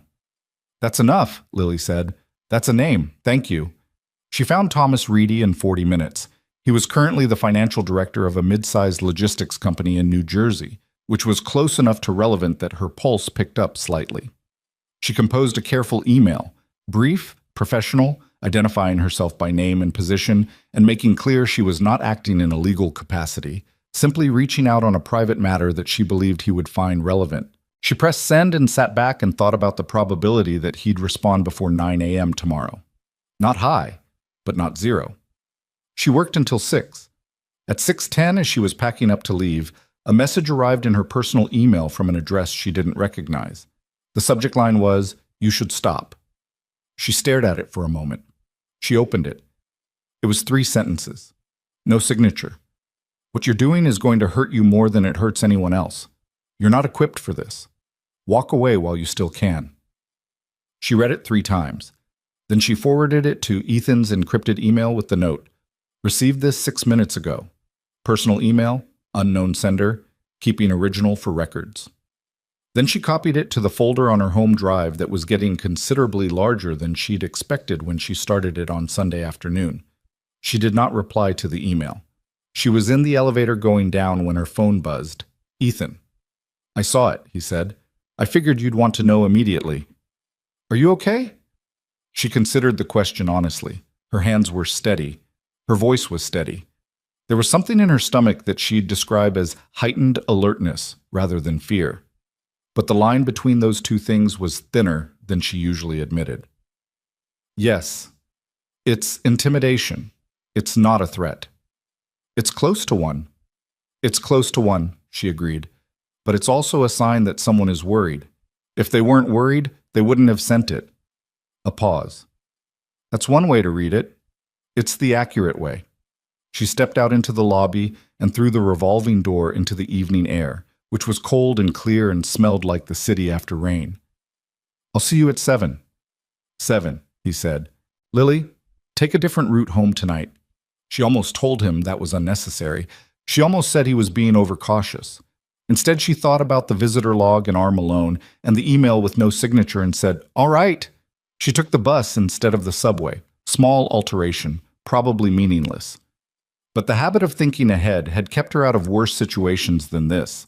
Her mother was in the kitchen when she got home, the television on in the background the way it always was, the smell of something good on the stove. Elena Bennett was 56 years old with her daughter's same dark eyes and the kind of face that had absorbed decades of difficulty and come through it without hardness. She looked up when Lily came in. "You're late," she said. "I know. I'm sorry." Lily dropped her bag and kissed her mother's cheek. "Something at work." Elena looked at her daughter with the particular sharpness of a woman who had been reading her child's face for 30 years and knew every register of it. "What kind of something?" "The complicated kind." Lily sat down at the kitchen table, which was small and slightly wobbly on one leg, the same table that had been in their kitchen since she was 9 years old. "It'll be fine. You always say that." "It's usually true." Elena looked at her for another moment, then turned back to the stove. "Eat first, then tell me." Lily ate, rice and beans and chicken that was better than anything in any midtown restaurant, and told her mother the version of it that could be told without either minimizing the stakes or causing unnecessary worry, which was a fairly narrow version. Elena listened without interrupting, which she'd always been good at. "This man," she said finally, "your boss, he's going to stand up in that room tomorrow." "Yes." "And you're going to be there." "Yes." Elena was quiet for a moment. She refilled Lily's glass with water without being asked. "You trust him?" Lily looked at the table, at the slightly wobbly leg, at the water glass her mother had just refilled. "I think so," she said. "You think so, or you do?" She looked up. "I do." Her mother nodded once, as if something had been confirmed. "Then go get some sleep. You have to be there at 7. She went to bed at 10:30 and lay awake for a while anyway. Not from fear. She'd examined the fear and found it manageable. More from the particular alertness of a person who knew tomorrow was going to be significant and whose brain was running through every possible version of it with the thoroughness of someone who had survived difficult situations by being prepared for them. At 11:40, her phone buzzed. An email notification. Thomas Ridey. She sat up in bed and read it in the dark. He'd written back in 4 short paragraphs. He confirmed he'd been a witness to the original complaint against Victor Caldwell. He confirmed the complaint had been accurate. He said he'd been pressured to withdraw his cooperation with the investigation. Not threatened, precisely, but pressured, in the way that powerful people pressured other people without leaving fingerprints. He'd left Arcturus shortly after because the environment had become untenable. And then, if someone is putting together a case against Caldwell and needs a first-hand account, I've been waiting 6 years for someone to ask. Tell me what you need. She read it twice. Then she opened her laptop and typed a reply that was professional and careful and contained because the feeling that was moving through her right now was the kind that needed to be handled carefully or it would make her sloppy. She sent it and closed the laptop and lay back down in the dark. Sleep didn't come for another hour. She was back in the office at 6:40 the next morning, 20 minutes ahead of schedule, because she'd given up waiting for the alarm at 5:30. The packet was updated, the Thomas Ridey communication was printed and added to a sealed appendix with a note to Ethan explaining who he was and what his statement meant. She had it on the conference table in the small room adjacent to the boardroom by the time Ethan arrived at 7:03. He looked at the appendix immediately. He read it standing up without saying anything. When he finished, he looked at her. "You found a witness," he said. "He found us. I just sent an email. Last night. At 11:40 something." A pause. "After someone sent you a threatening email, and I told you to take a different route home. I wasn't going to sleep anyway." He stood there for a moment with the paper in his hand, and she couldn't fully read the expression. It was too layered for her current level of caffeine. Then he set the paper down on the table and said, quietly, and with a precision that made it land differently than most things he said, "I don't know what I would have done this week without you." She didn't do anything performative with that. She didn't deflect or minimize, which was her usual instinct with compliments. She just looked at him and said, "You would have figured it out. Later, with more damage. Maybe." She gathered her own copy of the packet. "The meeting starts in 2 hours. Do you want to run through the presentation?" "Yes." He was still looking at her. "Lily." "Ethan." "After this is over," he stopped, started differently. "I want to have a conversation that isn't about work." She held his gaze. The conference room was quiet and cold, and the morning light was coming through the window at a low angle, and she was tired in the specific way of someone who had not slept enough for 3 consecutive nights, and there was an email threatening her in her personal inbox, and in 2 hours she was going to sit in a boardroom while 2 powerful men decided which version of the truth was going to win. "Okay," she said. "Okay," he said, and they sat down and ran through the presentation. By 8:30, the 32nd floor was filling up, and the boardroom across the hall from the executive suite was being set up by a member of the facilities team who had no idea what was about to happen in it. Lily watched through the glass wall as chairs were straightened and water glasses arranged, and a projector warmed up at the front of the room. Board members began arriving at 8:40. She knew most of them by name. She'd been managing their communications and logistics for nearly 3 years. There were 9 in total. She watched them greet each other and settle into seats and check their phones with the particular contained energy of people who had read the weekend's coverage and come to this meeting with opinions already formed. Victor Caldwell arrived at 8:51. He walked in looking exactly as he always did, silver-haired, well-tailored, the practiced warmth arriving a half-second ahead of him. He shook hands with 2 board members near the door. He glanced around the room. His eyes landed on Lily, standing near the wall with her copy of the packet. Something shifted in his expression. Microscopic. Gone almost before it was there. The warmth didn't waver. That was the thing about Victor. The warmth was always there, deployed and reliable. But underneath it, for 1/2 second, she saw that he recognized what her presence in that room meant. She met his gaze and held it, and did not look away. He moved to his seat. At 9 o'clock exactly, Ethan walked into the boardroom, and the morning that had been building since a freight elevator stopped between floors on a Friday night in a storm finally arrived at the place it had been moving toward all along. He set his copy of the packet on the table. He looked around at the 9 faces looking back at him. He did not sit down. "Before we begin," he said, and his voice was even and completely controlled and carried the particular quality of a person who had decided exactly what they were going to say and was going to say it without apology. "There's something this board needs to see." He nodded at Lily. She pressed the key on the laptop that put the first slide on the projector screen, and the room shifted, and what happened next was the thing she'd spent 3 sleepless nights building toward. She didn't look at Victor Caldwell's face when the first document appeared on the screen. She looked at the board members, the 9 people who were going to decide what happened next.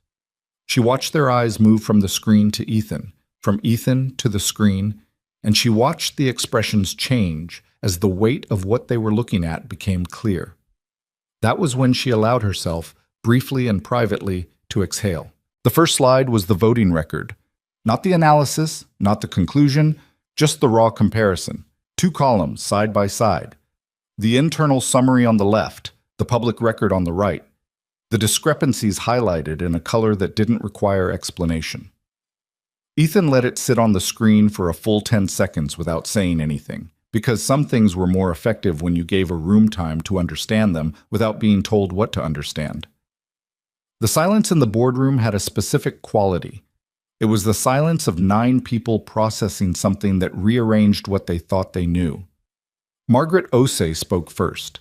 She was 64, a former federal appellate judge who had been on the Holloway board for 7 years, and she had the particular quality of a person who had spent decades in rooms where the truth was being argued over and had developed an excellent instinct for when someone was finally telling it. "Where did this come from?" she said. Her voice was neutral, professional. The question was not skeptical. It was foundational.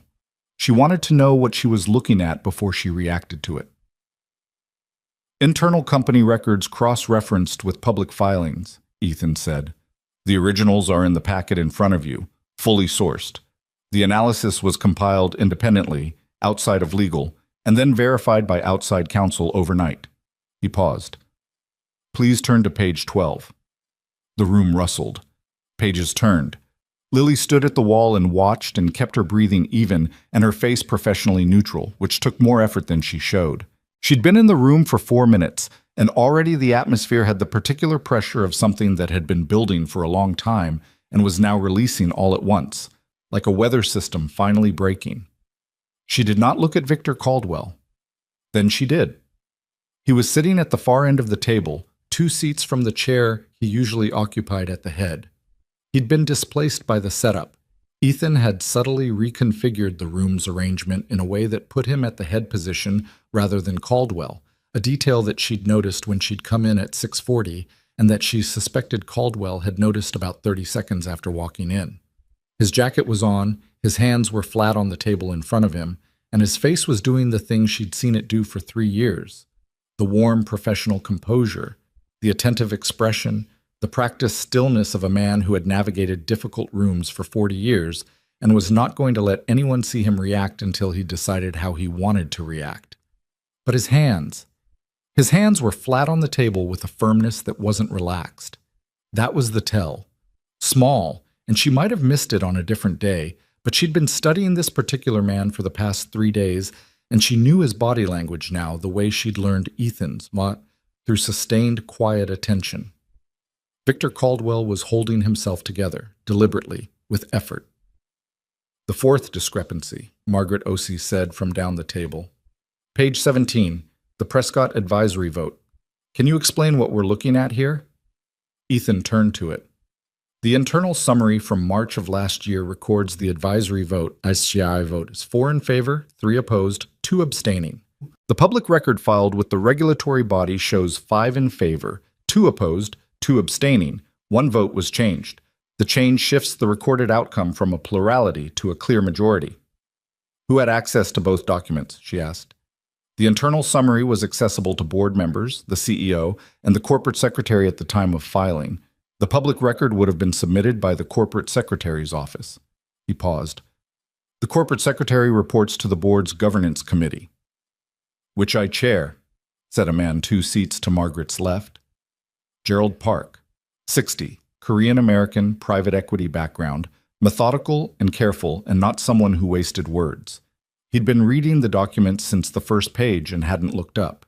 He looked up now.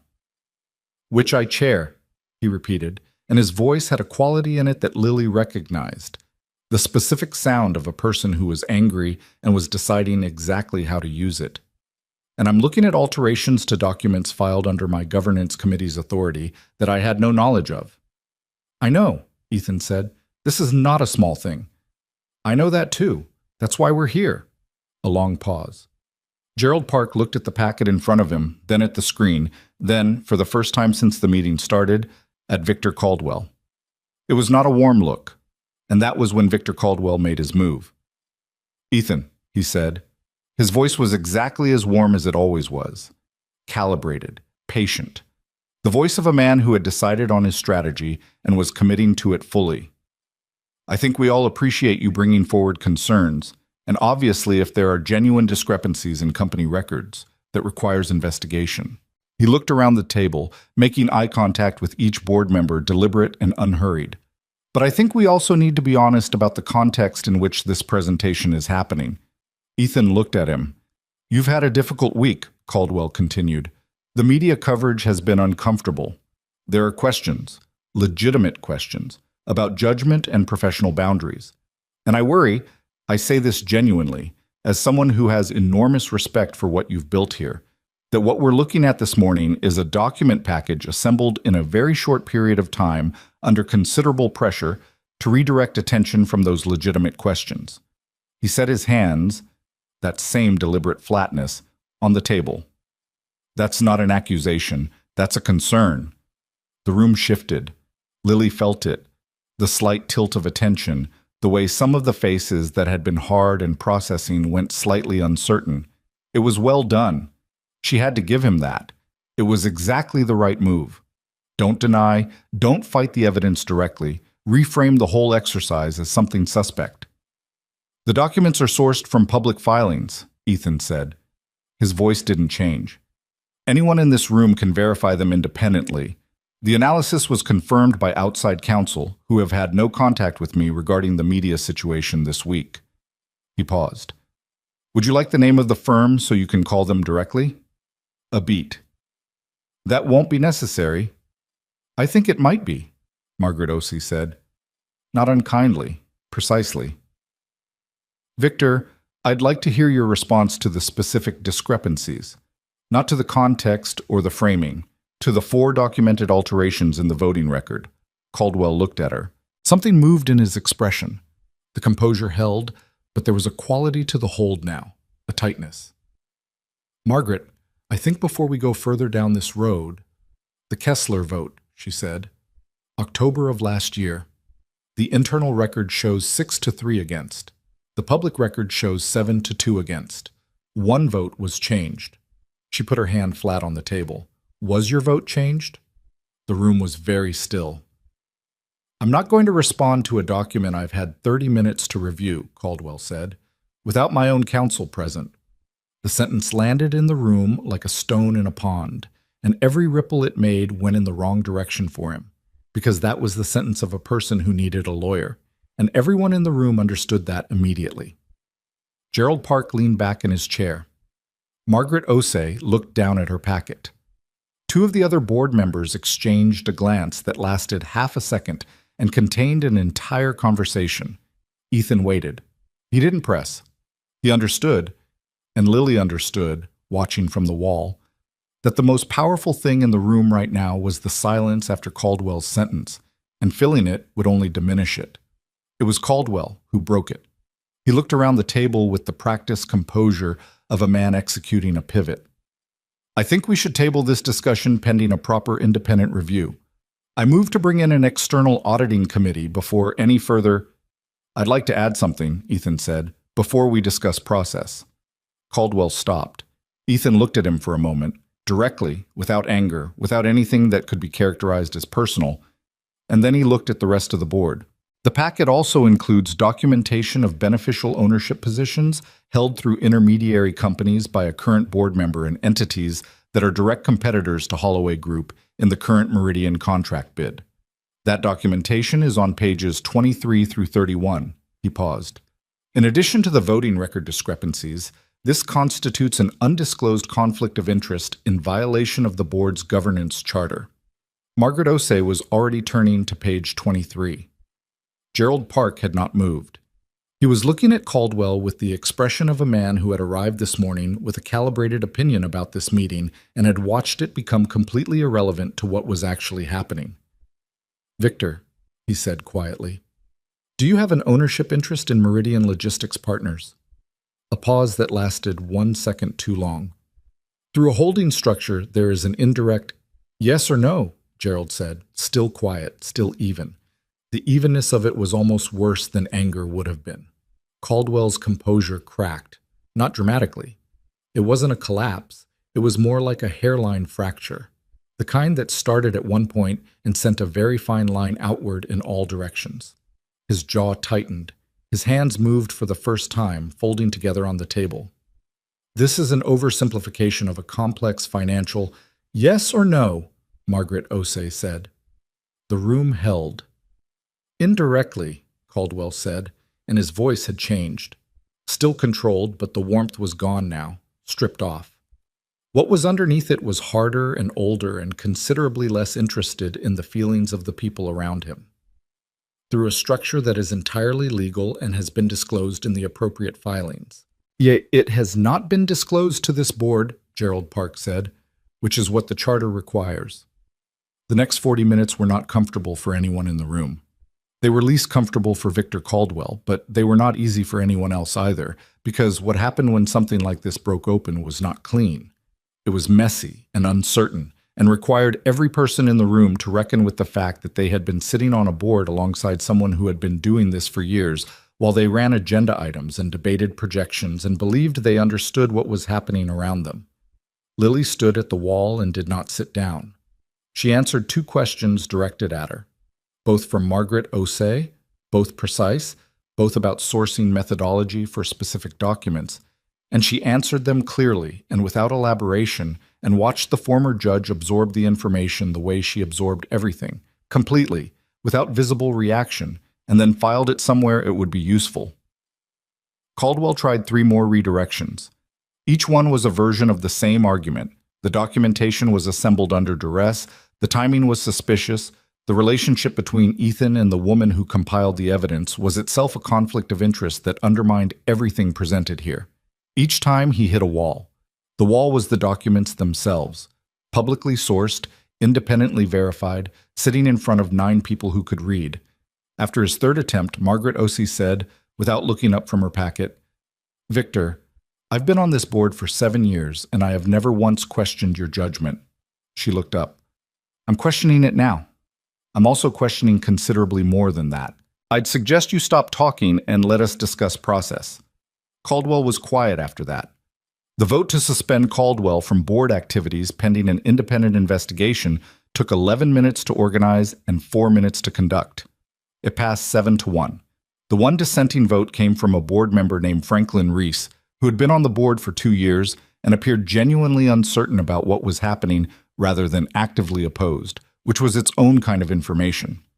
Caldwell himself did not vote.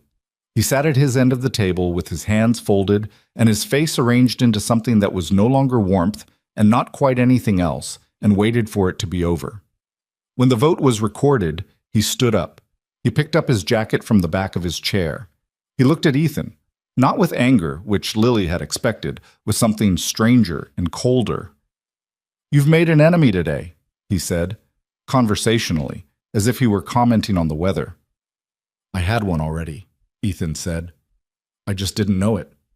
Caldwell left the room without looking at anyone else. The door closed. For about 10 seconds, the room was completely quiet. The kind of quiet that followed something significant, where no one was quite ready to be the first person to speak, because speaking meant acknowledging that it had actually happened. Then Margaret Osei said, "Ethan, I owe you an apology on behalf of this board's oversight process. This should have been caught earlier." "It was well concealed," Ethan said. His voice was tired now. The energy that had carried him through the presentation was still there, but it had a different quality. The adrenaline burning off, the weight of what had actually just occurred settling in. "That's not sufficient," she said. "I'll be leading the independent review personally. I want outside auditors, and I want the regulatory complaint from 6 years ago included in scope." She looked up from her notes. "Your EA, Miss Bennett, the Reedy contact and the beneficial ownership analysis, that was her work." "Yes." Margaret looked at Lily directly. She had the kind of eyes that took your measure quickly and didn't require much time to complete the process. "Thank you," she said. "You did careful work." "I did thorough work," Lily said, and then wondered if that sounded wrong. "Thank you." Something close to a smile crossed Margaret's face. She looked back at Ethan. "We have a great deal to clean up. Let's start." They were in that room until 12:40.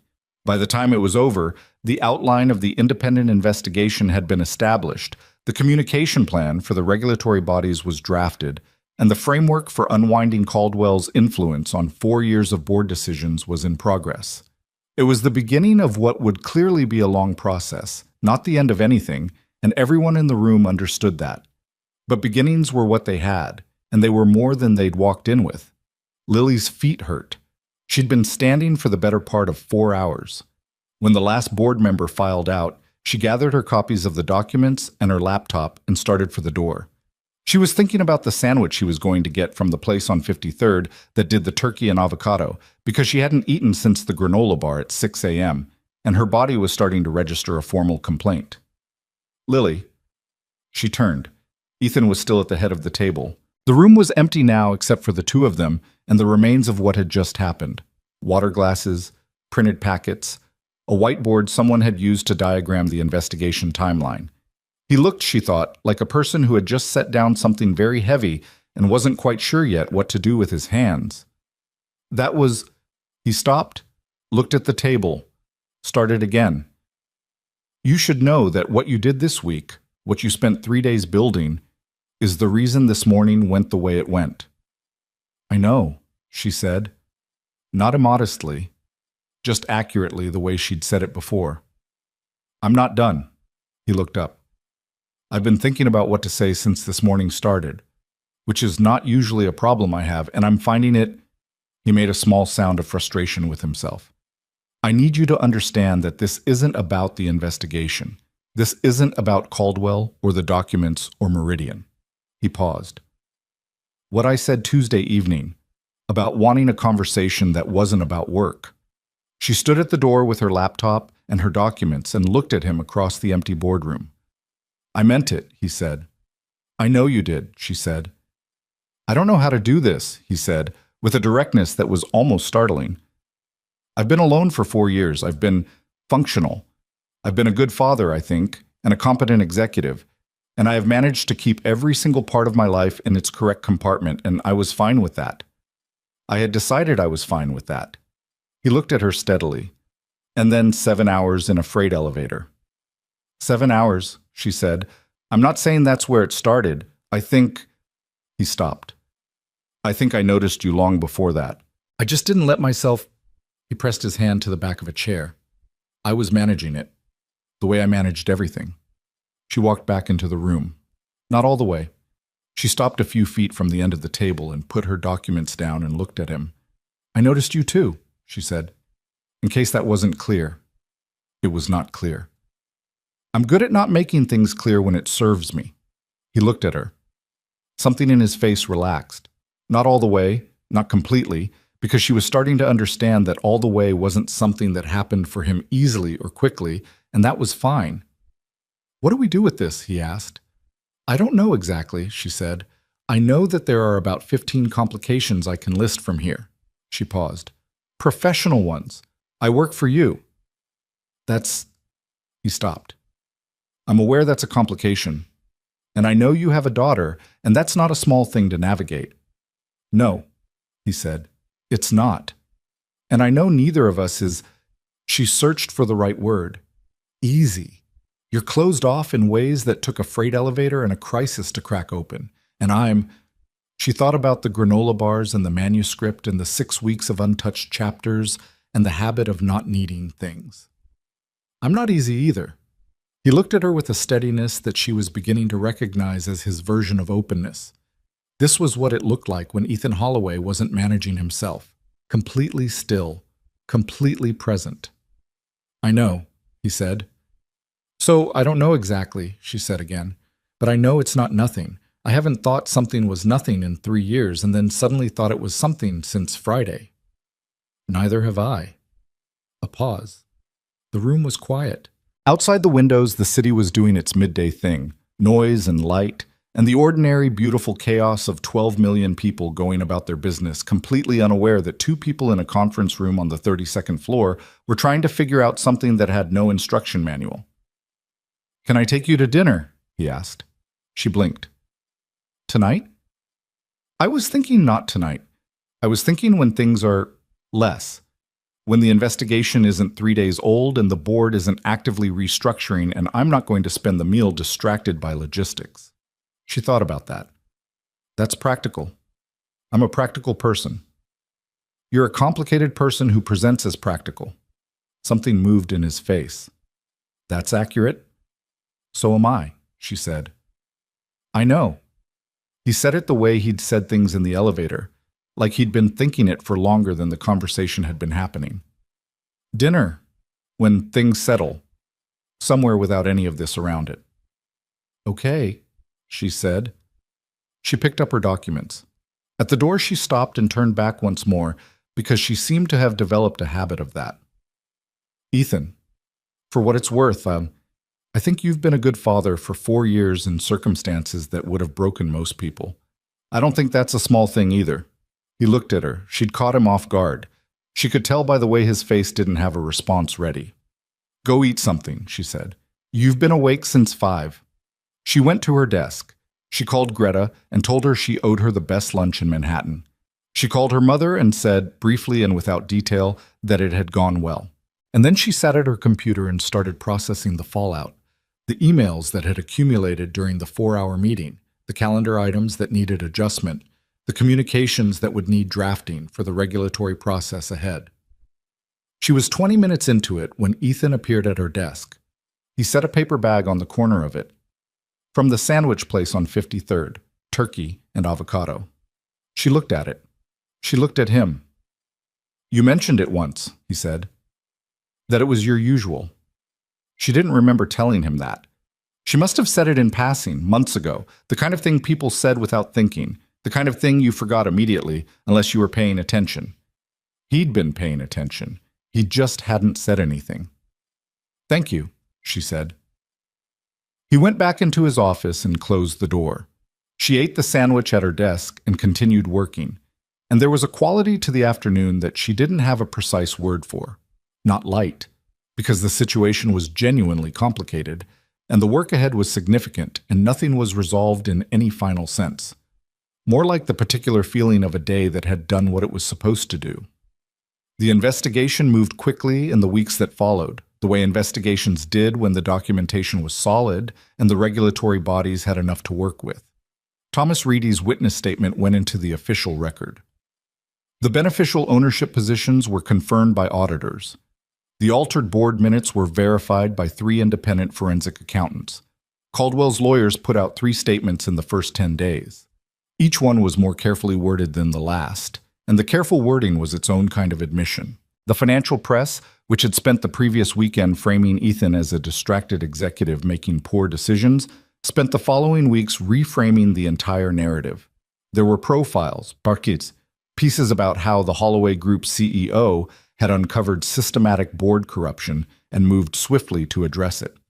The photo from the lobby was still out there, still circulating, but its meaning had shifted. It was no longer the thing that raised questions. It was, somewhat absurdly, the starting point of a story that had ended somewhere much larger. Lily's name appeared in 2 of the pieces. She hadn't asked for it and hadn't been consulted, but someone at outside counsel had apparently provided some background to a reporter.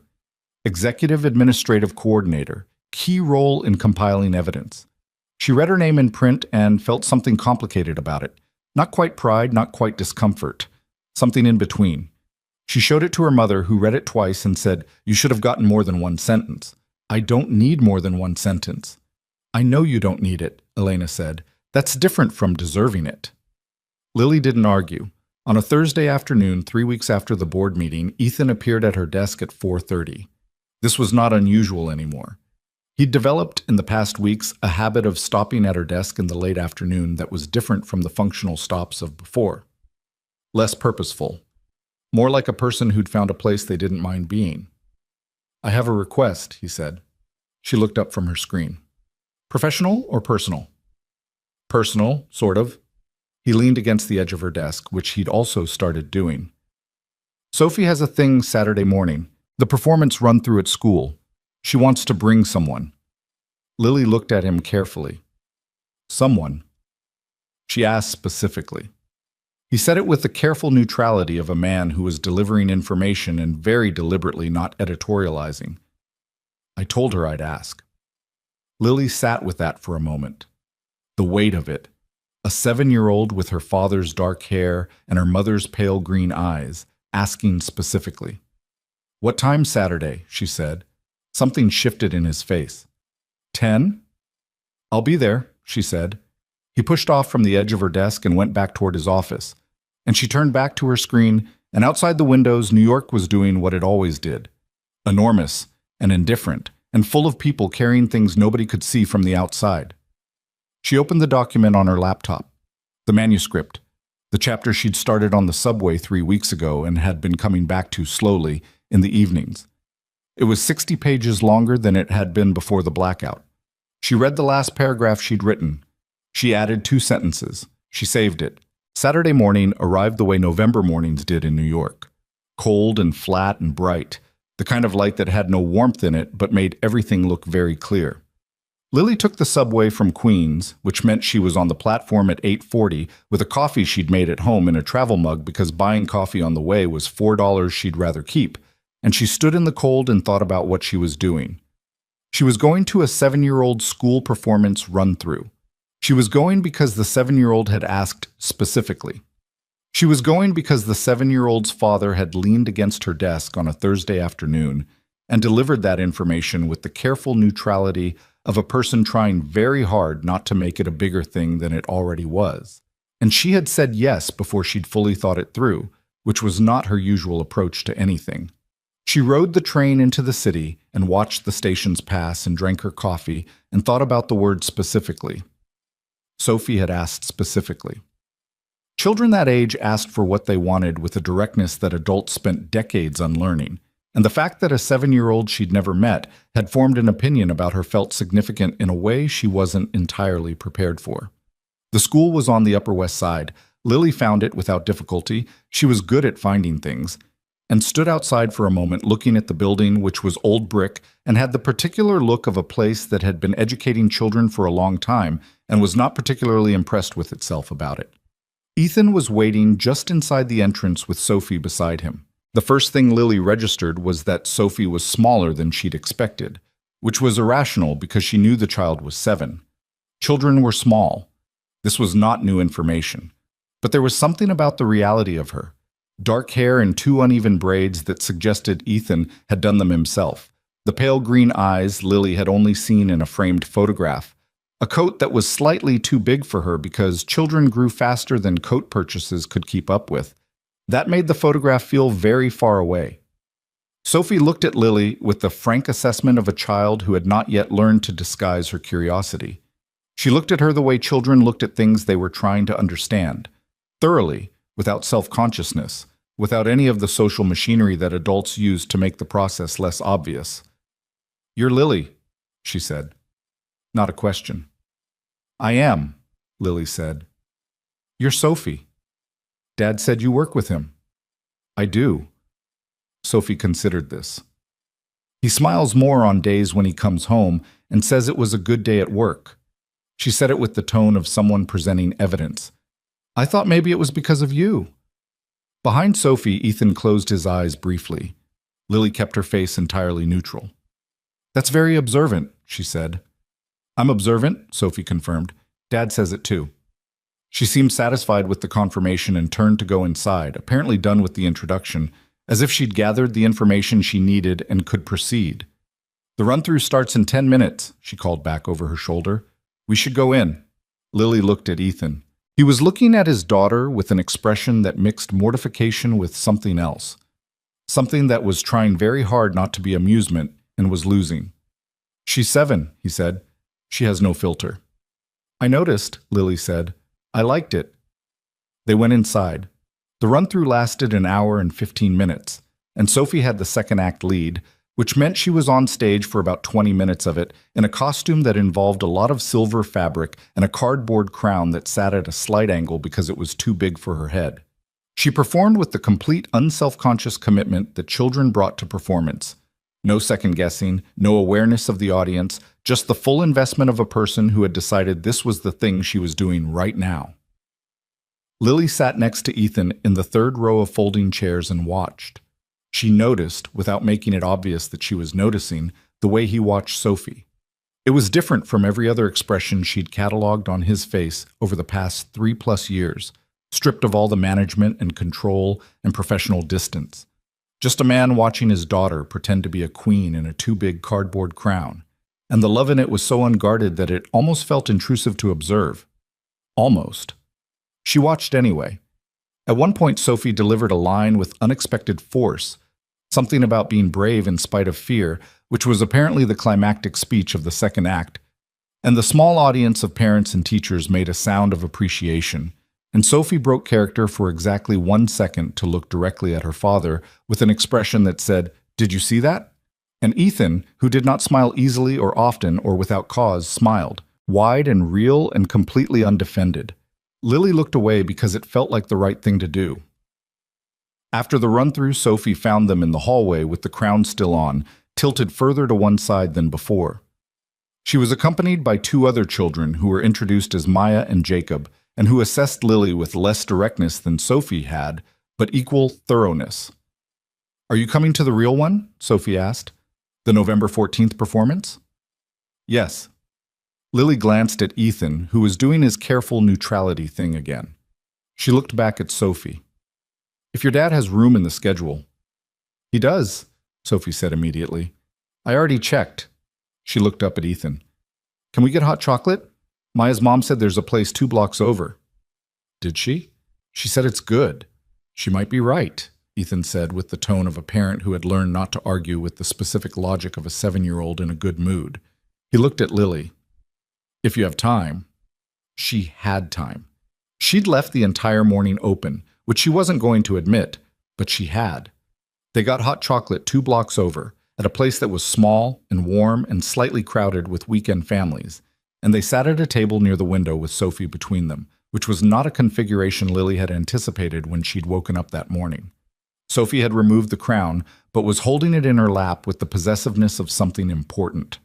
She asked Lily 3 questions about her job, 2 questions about queens, and 1 question about whether Lily had any pets. "No pets," Lily said. "My apartment doesn't allow them." "That's sad," Sophie said. "I have a plant." Sophie considered this. "What kind?" "A pothos. It's very hard to kill." "Is it alive?" "Currently, yes." Sophie nodded with the gravity of someone who appreciated perseverance in a plant. Then she said with no transition and no apparent awareness that she was changing the subject, "My mom had a plant too. Dad says she could grow anything." The table went quiet. Ethan was looking at his hot chocolate. His jaw was set in the way it did when he was managing something, but he didn't stop her or redirect, which Lily understood was its own kind of decision, letting Sophie say what she needed to say without flinching from it. "She sounds like she was good at it," Lily said, keeping her voice steady and her tone the same as it had been. Not softer, not more careful. The same. Because she'd learned from years of watching people talk around hard things that hard things didn't need a different voice. They just needed someone willing to stay in the sentence. "Dad says she was good at a lot of things." Sophie was looking at the crown in her lap, turning it slightly. "I don't remember her very much. I was little, but Dad talks about her sometimes, so I know things." "That's good," Lily said. "Knowing things about people matters." Sophie looked up. "Do you know things about your dad?" A pause. "My dad left when I was pretty young. I know some things. Not as many as I'd like." Sophie absorbed this with the seriousness of a child processing information that didn't fit neatly into existing categories. "Is that hard?" "Sometimes," Lily said. "Not as much as it used to be." Sophie nodded slowly, and then, with the complete unpredictability of a 7-year-old, she picked up her hot chocolate and said, "Mine is the best. Want to try it?" Lily tried it. It was, in fact, excellent. Ethan was watching her from across the table with an expression she couldn't fully translate but recognized as one she'd been seeing more of in the past 3 weeks. The look of a person who was updating something, internally, quietly, about a situation they thought they understood. They walked back to the school for Sophie to pick up her things, and then Ethan walked Lily to the corner where she'd catch her subway. Sophie was ahead of them, walking the top of a low brick wall with her arms out like a balance beam, completely absorbed in this project and not paying them any attention. "She likes you," Ethan said. "She's easy to like in return," Lily said. "She doesn't take to everyone. Since Claire died, she's been careful with new people. The therapist says it's normal, healthy, actually, but it means she doesn't warm up quickly." He paused, watching Sophie make it to the end of the wall and hop off with total satisfaction. "She warmed up to you."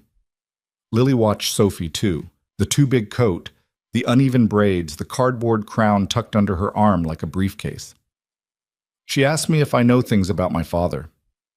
"I heard." I told her the truth. "I know." He was quiet for a moment.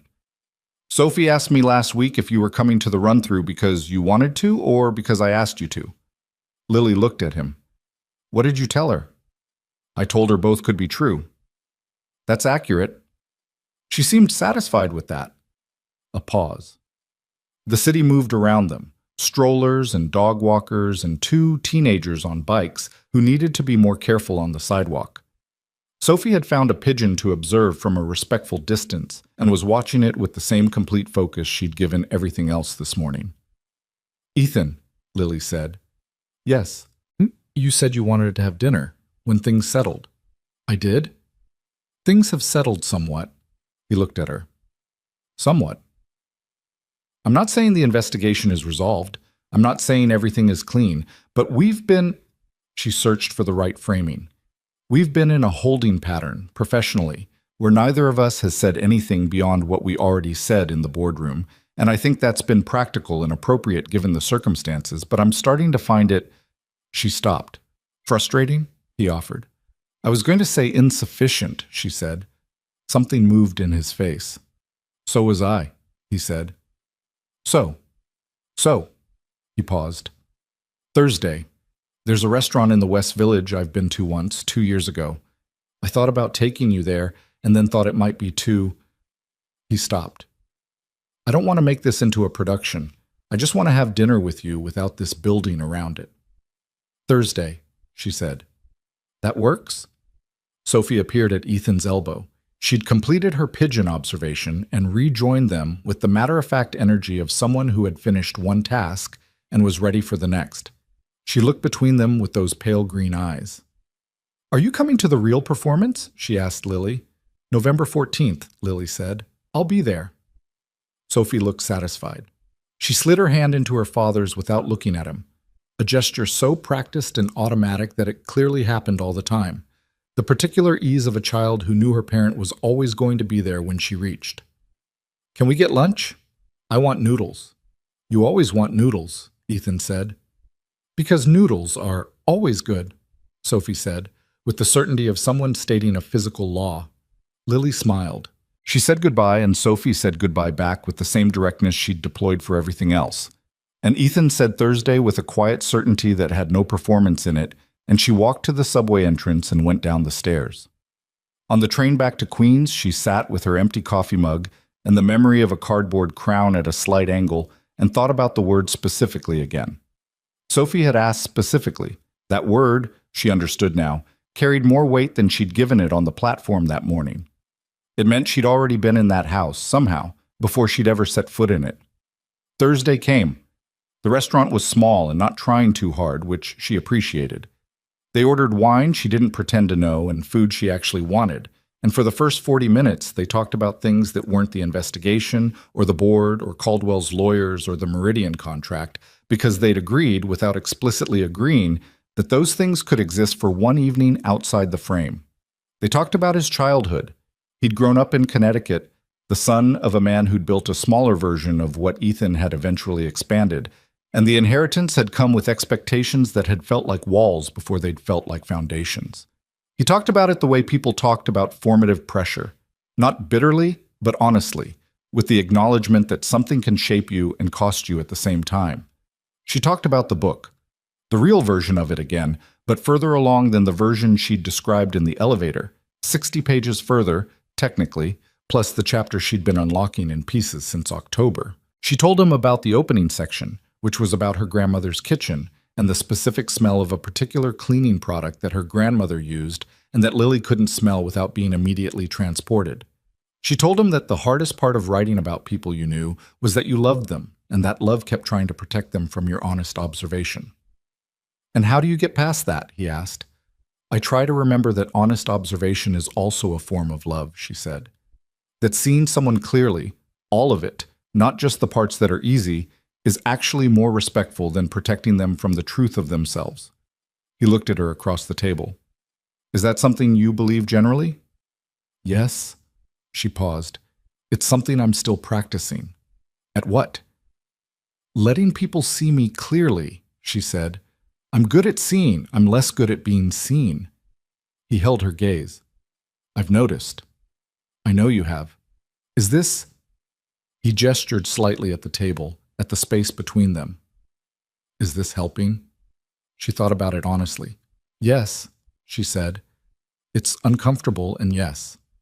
He almost smiled. "That's encouraging somehow." "I think discomfort and significance tend to overlap," she said. "If something doesn't cost you anything, it's probably not important enough to keep." He was quiet for a moment. His wine glass was half empty, and he turned it slightly on the table, a small movement she'd come to recognize as him thinking. "I want to say something," he said, "and I want to say it correctly, which means I've been trying to find the right version of it for about 2 weeks. She waited. "When Claire died," he started, and then paused. He looked at his wine glass, looked up. "I made a decision, not a conscious one. I didn't sit down and decide. It just happened, in the way that grief shapes you without asking permission.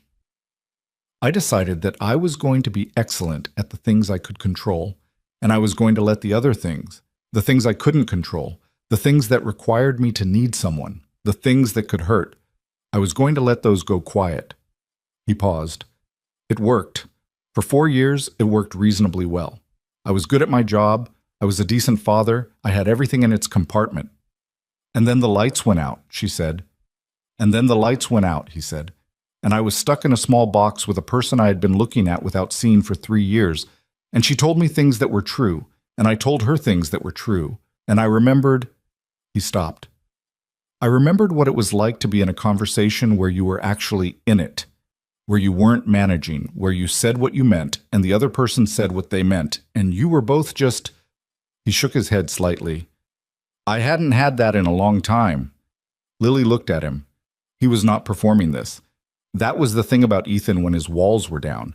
There was nothing theatrical about him. He was just saying what was true. with the same directness he brought to everything else, and the simplicity of it was somehow more affecting than anything more polished would have been. "I know what you mean," she said. "About the compartments." She looked at her own glass.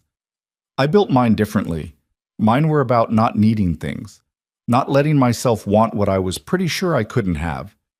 I got very good at looking at my life and finding what was enough and being satisfied with enough. And now?" She looked up. "I'm finding that enough is a word I've been using as a ceiling when it should have been a floor." He held her gaze. Something in his expression was very still and very certain. "I don't know what this is yet," she said, not apologetically, practically. "I mean, I know what it is. I just don't know what it becomes." "Neither do I," he said. "I know it's not nothing. I've established that." "You've established that," she agreed. "And I know that Sophie asked for you specifically on Saturday." "She did."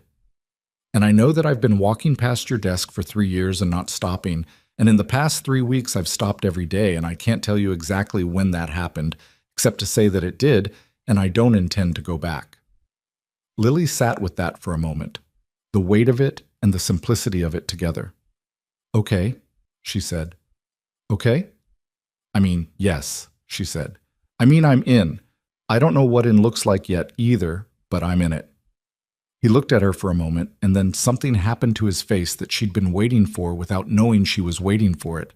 The full version of the expression she'd seen fragments of, the undefended version, the one that existed before all the management and distance and the 4 years of being excellent at things he could control. He looked, for one moment, like a person who had been carrying something for a very long time and had just set it down in a place where it would be safe. Not fixed, not resolved, just set down. She reached across the table and put her hand over his briefly, and then moved it back, and they both looked at their plates, and the evening moved forward the way evenings did when you stopped trying to make them be something and let them be what they were. The investigation concluded formally in February. Victor Caldwell resigned from the Holloway board in November, quietly, through his lawyers, before the regulatory findings were officially published. The letter his attorneys released was 3 paragraphs and acknowledged nothing specifically, which everyone who read it understood to mean everything. The formal findings from the independent audit came out the following February, and they were thorough and damning in the particular bloodless language of regulatory documents, phrases like systematic misrepresentation and undisclosed beneficial interests and conduct inconsistent with fiduciary responsibility that translated, for people who read them carefully, into the plain fact that Victor Caldwell had spent 4 years quietly steering a company's decisions for his own financial benefit while smiling across boardroom tables and using the word optics. Thomas Rady's witness statement became part of the official record. He gave a brief interview to a financial publication, which he'd apparently been waiting to give for 6 years, and he was precise and specific and said everything he needed to say without embellishment. Lily read it at her desk and thought about the 40-minute window between sending that email and getting his reply, and thought about the version of this story where she hadn't sent it, where she'd gone to bed at 11:40 and let the morning come without it. The Meridian contract went to Holloway Group in January. It was, by the company's financial team's assessment, the most significant contract the company had signed in its current form. Margaret Osei sent Ethan a 2-line email when the announcement was made. The second line was, "Clean house well." Gerald Park, at the first board meeting after Caldwell's departure, moved a formal motion to enter into the record a commendation for the thoroughness and professionalism of the internal evidence compilation that had initiated the investigation. He did not name Lily specifically in the motion. That wasn't how board motions worked, but he looked directly at her when he read it, and she held his gaze and nodded once. That was enough. Lily's employment status changed in December. Not dramatically, not with fanfare. Ethan brought it up in the same careful, practical way he brought up most things that were important to him, on a Tuesday afternoon when she was at her desk, and he'd stopped by in the now regular way. "I want to talk about your role," he said. "Okay." "Your role as currently structured was designed around a function that's changed," he said. "The company has changed. The way I work has changed. I think your title and compensation should reflect what you've actually been doing for the past several years rather than the job description from 2000 and..." He looked slightly pained by the math. "Whatever year it was." You want to redefine my position. I want to accurately define it. There's a difference. She looked at him for a moment. What does that mean practically? Senior Director of Strategic Operations, he said, with a compensation adjustment that's significant. He named a number. She absorbed it. And the writing, he said. I want to renegotiate your schedule to give you 2 mornings a week that are yours. Not mine, not the company's. She looked at him. You can't just give me mornings. I'm the CEO. I can adjust operational structures. You're doing this because I'm doing this because you've been doing this job at a level that warrants it. And I've been benefiting from your work at a rate that doesn't reflect its value, he said evenly. The writing mornings are separate. Those are because you told me in an elevator that you were afraid to write something, and I've watched you write it for 3 months, and it's important, and I want it to have space. She sat with that for a long time. Ethan, she said finally, this is... She stopped, tried again. I don't need you to fix things for me. I know you don't need me to, he said. This isn't about need. It's about accurate recognition of what's actually there. He paused. You've been operating under a ceiling since I met you. I'd like to adjust that. She thought about the word ceiling. She'd used it herself, at dinner in the West Village, a ceiling when it should have been a floor. Okay, she said. Okay? Yes, she said. Thank you. He went back to his office. She sat at her desk and stared at her screen for a minute, and then she opened the manuscript document and added 2 sentences to the chapter she'd been working on, because that was apparently what she did now when something important happened. She wrote. November 14th came. Sophie's performance was in the school auditorium, which held maybe 200 people, and was full of parents and grandparents and younger siblings who couldn't quite sit still, and the particular anticipatory energy of a room full of people who were there because someone they loved was about to do something that mattered to them. Lily sat next to Ethan in the 7th row. Elena was on Lily's other side because Lily had asked if she wanted to come, and Elena had said yes with the speed of someone who had been waiting to be asked. And Sophie had been informed and had said yes, bring her with the same directness she deployed for everything. The performance was 45 minutes. Sophie's second act speech, the one about being brave in spite of fear, landed exactly as it had in the run-through, except louder and more certain, because she'd had 3 weeks to live with it, and she'd made it hers. The cardboard crown sat at the same slight angle. It had been repaired at some point. Lily could see where tape had been applied. And it didn't sit any straighter for the repair, but it stayed on, which was what mattered. When Sophie delivered the last line of her speech, she looked directly at the 7th row. Not at Ethan, at Lily. Lily wasn't expecting it. She had no time to prepare an expression or manage her reaction, which was probably the point, and her face did the thing that faces did when you were ambushed by something that went directly to the part of you that didn't have armor. She smiled, full and real and completely undefended. Sophie broke into a matching grin, just for a second, just for that moment, and then turned back to her scene with the professional commitment of a 7-year-old who had lines to deliver. Beside her, Ethan was very still. After the performance in the school hallway with students and parents moving around them in the particular chaos of a large group departure, Sophie found Lily first. She was still in costume, crown and all, holding a paper flower that another child had given her. "Did you see the speech?" she asked. "I did," Lily said. "You were excellent." "I was brave," Sophie said, with the certainty of someone reporting a fact. "You were brave," Lily agreed. Sophie looked at her with those pale green eyes. "Are you coming to Christmas?" she said. Lily blinked. Behind Sophie, Ethan made a face that was equal parts alarmed and resigned. "Sophie," he said. "I'm just asking," Sophie said without looking at him. She was still looking at Lily. "We do a thing at the house. Dad makes pancakes. They're getting better." "They're edible," Ethan said to Lily. "That's the accurate claim." "They're getting better," Sophie repeated firmly. She held out the paper flower to Lily. "You can have this." Lily took it. It was slightly crumpled at one petal and had been colored with a yellow marker that had gone past the lines. It was exactly what it was, a 7-year-old's paper flower, given with the complete and uncomplicated generosity of someone who had decided she liked you and wanted you to know. "Thank you," Lily said. So, are you coming? Lily looked at the flower. She looked at Sophie. She looked up at Ethan, who was watching her with the expression she'd come to know as his version of hope. Careful, restrained, but present underneath the restraint, like something unwilling to go all the way quiet. Yes, she said. I'm coming. Elena, who had been standing slightly to the side throughout this exchange, leaned toward Lily and said, in Spanish, quietly enough that it was mostly for Lily, I like this family. Lily looked at her mother. I know, she said.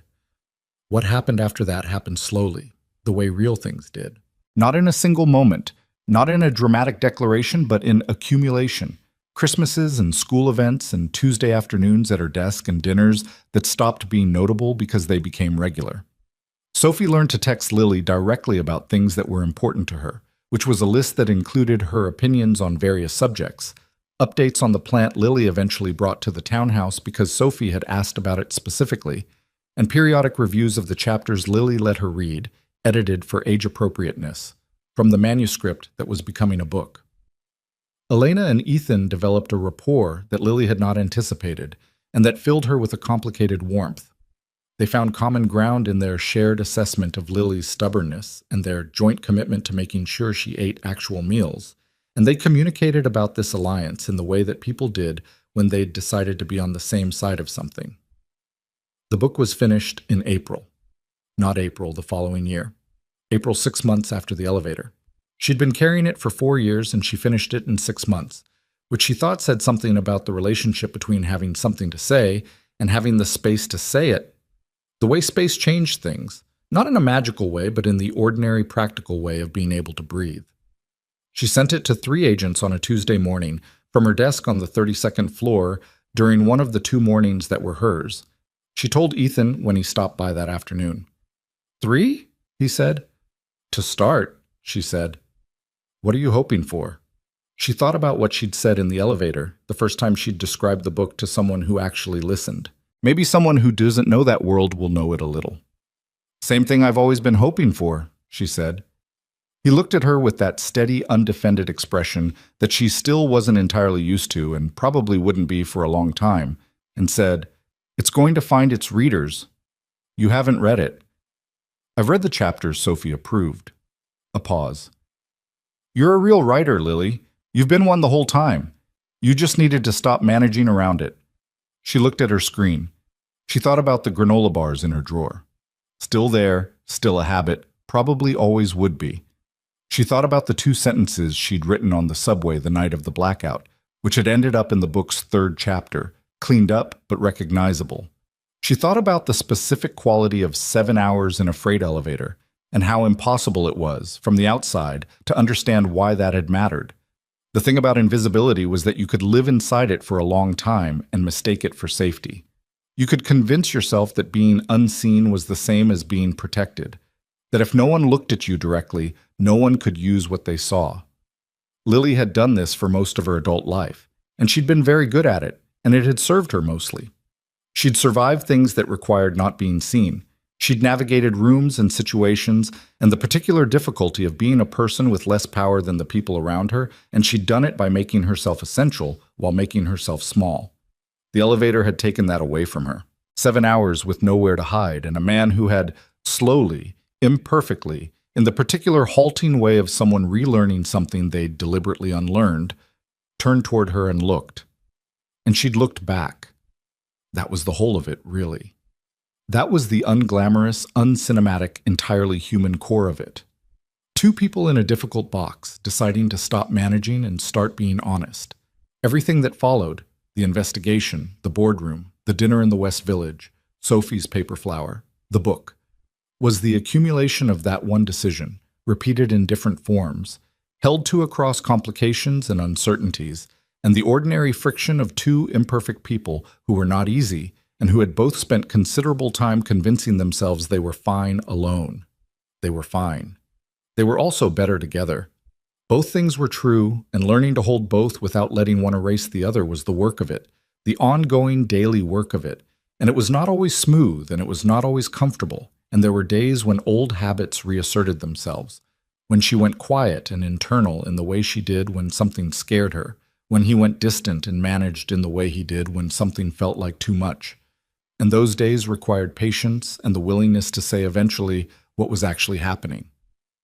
That was the part nobody talked about, the part after the significant moment, the part that was just regular life, with all its texture and inconvenience and the specific ordinary difficulty of choosing someone every day, not once but continuously, in the small ways that didn't make for dramatic stories, but were the actual substance of a life built with another person. Ethan got better at stopping, at being in a room without managing it. He was not going to become a different kind of person. He was always going to be fundamentally contained, fundamentally private, fundamentally more comfortable with structure than without it. But within that, something had loosened. Sophie noticed it before Lily did, because Sophie noticed everything, and she said one evening at dinner, with her characteristic absence of filter, "Dad talks more now." "Is that good?" Ethan asked. Sophie considered. "It's different," she said. "I like it." Lily liked it too. She didn't say that. She didn't need to. He knew. The book sold that fall. Not immediately. There were rejections first, 2 of them, from agents who said kind things about the writing and honest things about the market, and she absorbed the rejections the way she absorbed most difficult things, by sitting with them briefly, letting them be what they were, and then putting them somewhere useful and continuing. The 3rd agent signed her in August, and the sale came in October, and she was at her kitchen table in Queens when she got the call, and her mother was in the other room with the television too loud. And she hung up the phone and sat there for a moment in the particular stunned quality of having something happen that you've been working toward for so long that the arrival of it felt unreal. She texted Ethan, 2 words, "It sold." His reply came back in 40 seconds. Also 2 words, "I know." She stared at the screen. "What do you mean you know? I called the agency last week." A pause. "I didn't tell anyone anything. I just wanted to know how it was progressing." She sat back in her chair. "Ethan." "I was thorough," he wrote. "You've mentioned that's a trait you appreciate." She put the phone down and looked at the ceiling and did the thing she'd been doing more often lately. She laughed. Not the small, involuntary exhale from the elevator. A real one, unguarded, in the kitchen where she'd grown up, while her mother watched television in the next room. And somewhere across the city, a man who had walked past her desk for 3 years was probably sitting in his office with the expression she couldn't see but could perfectly imagine. She picked up the phone. "I'm telling you in person tomorrow." "I know," he wrote again. "Stop knowing things before I tell you. I can't help it. I'm observant." She recognized the word. Sophie's word and Sophie's voice, deployed by her father with the particular precise timing of someone who had been paying very close attention. She texted back, "I see where she gets it."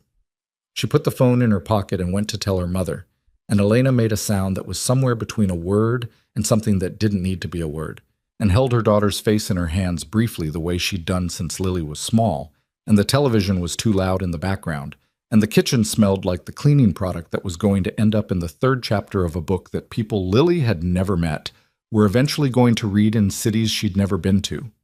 She thought about what she'd said in the elevator. Maybe someone who doesn't know that world will know it a little, and maybe someone who does know it will feel a little less like it's invisible. That was still what she wanted. It was what she'd always wanted. And for the first time in her life, it wasn't enough to want it. She'd done the thing, page by page, in the hours she'd carved out of hard days, and now it was going to exist outside of her, and that was terrifying and correct, and exactly what it was supposed to be. On November 14th, 1 year to the day from Sophie's first real performance, the one with the repaired crown and the paper flower, Lily sat in the 7th row of the school auditorium and watched Sophie perform a different play in a different costume, with a crown that fit better this time, because Ethan had measured her head and ordered a real one, which was the most Ethan thing Lily had ever witnessed him do. Elena was on her left, Ethan was on her right. His hand was in hers, the way it had been increasingly often over the past year. Not dramatically, not as a statement, just as the ordinary physical fact of 2 people who had decided they didn't need to manage the distance between them anymore. Sophie delivered her climactic speech.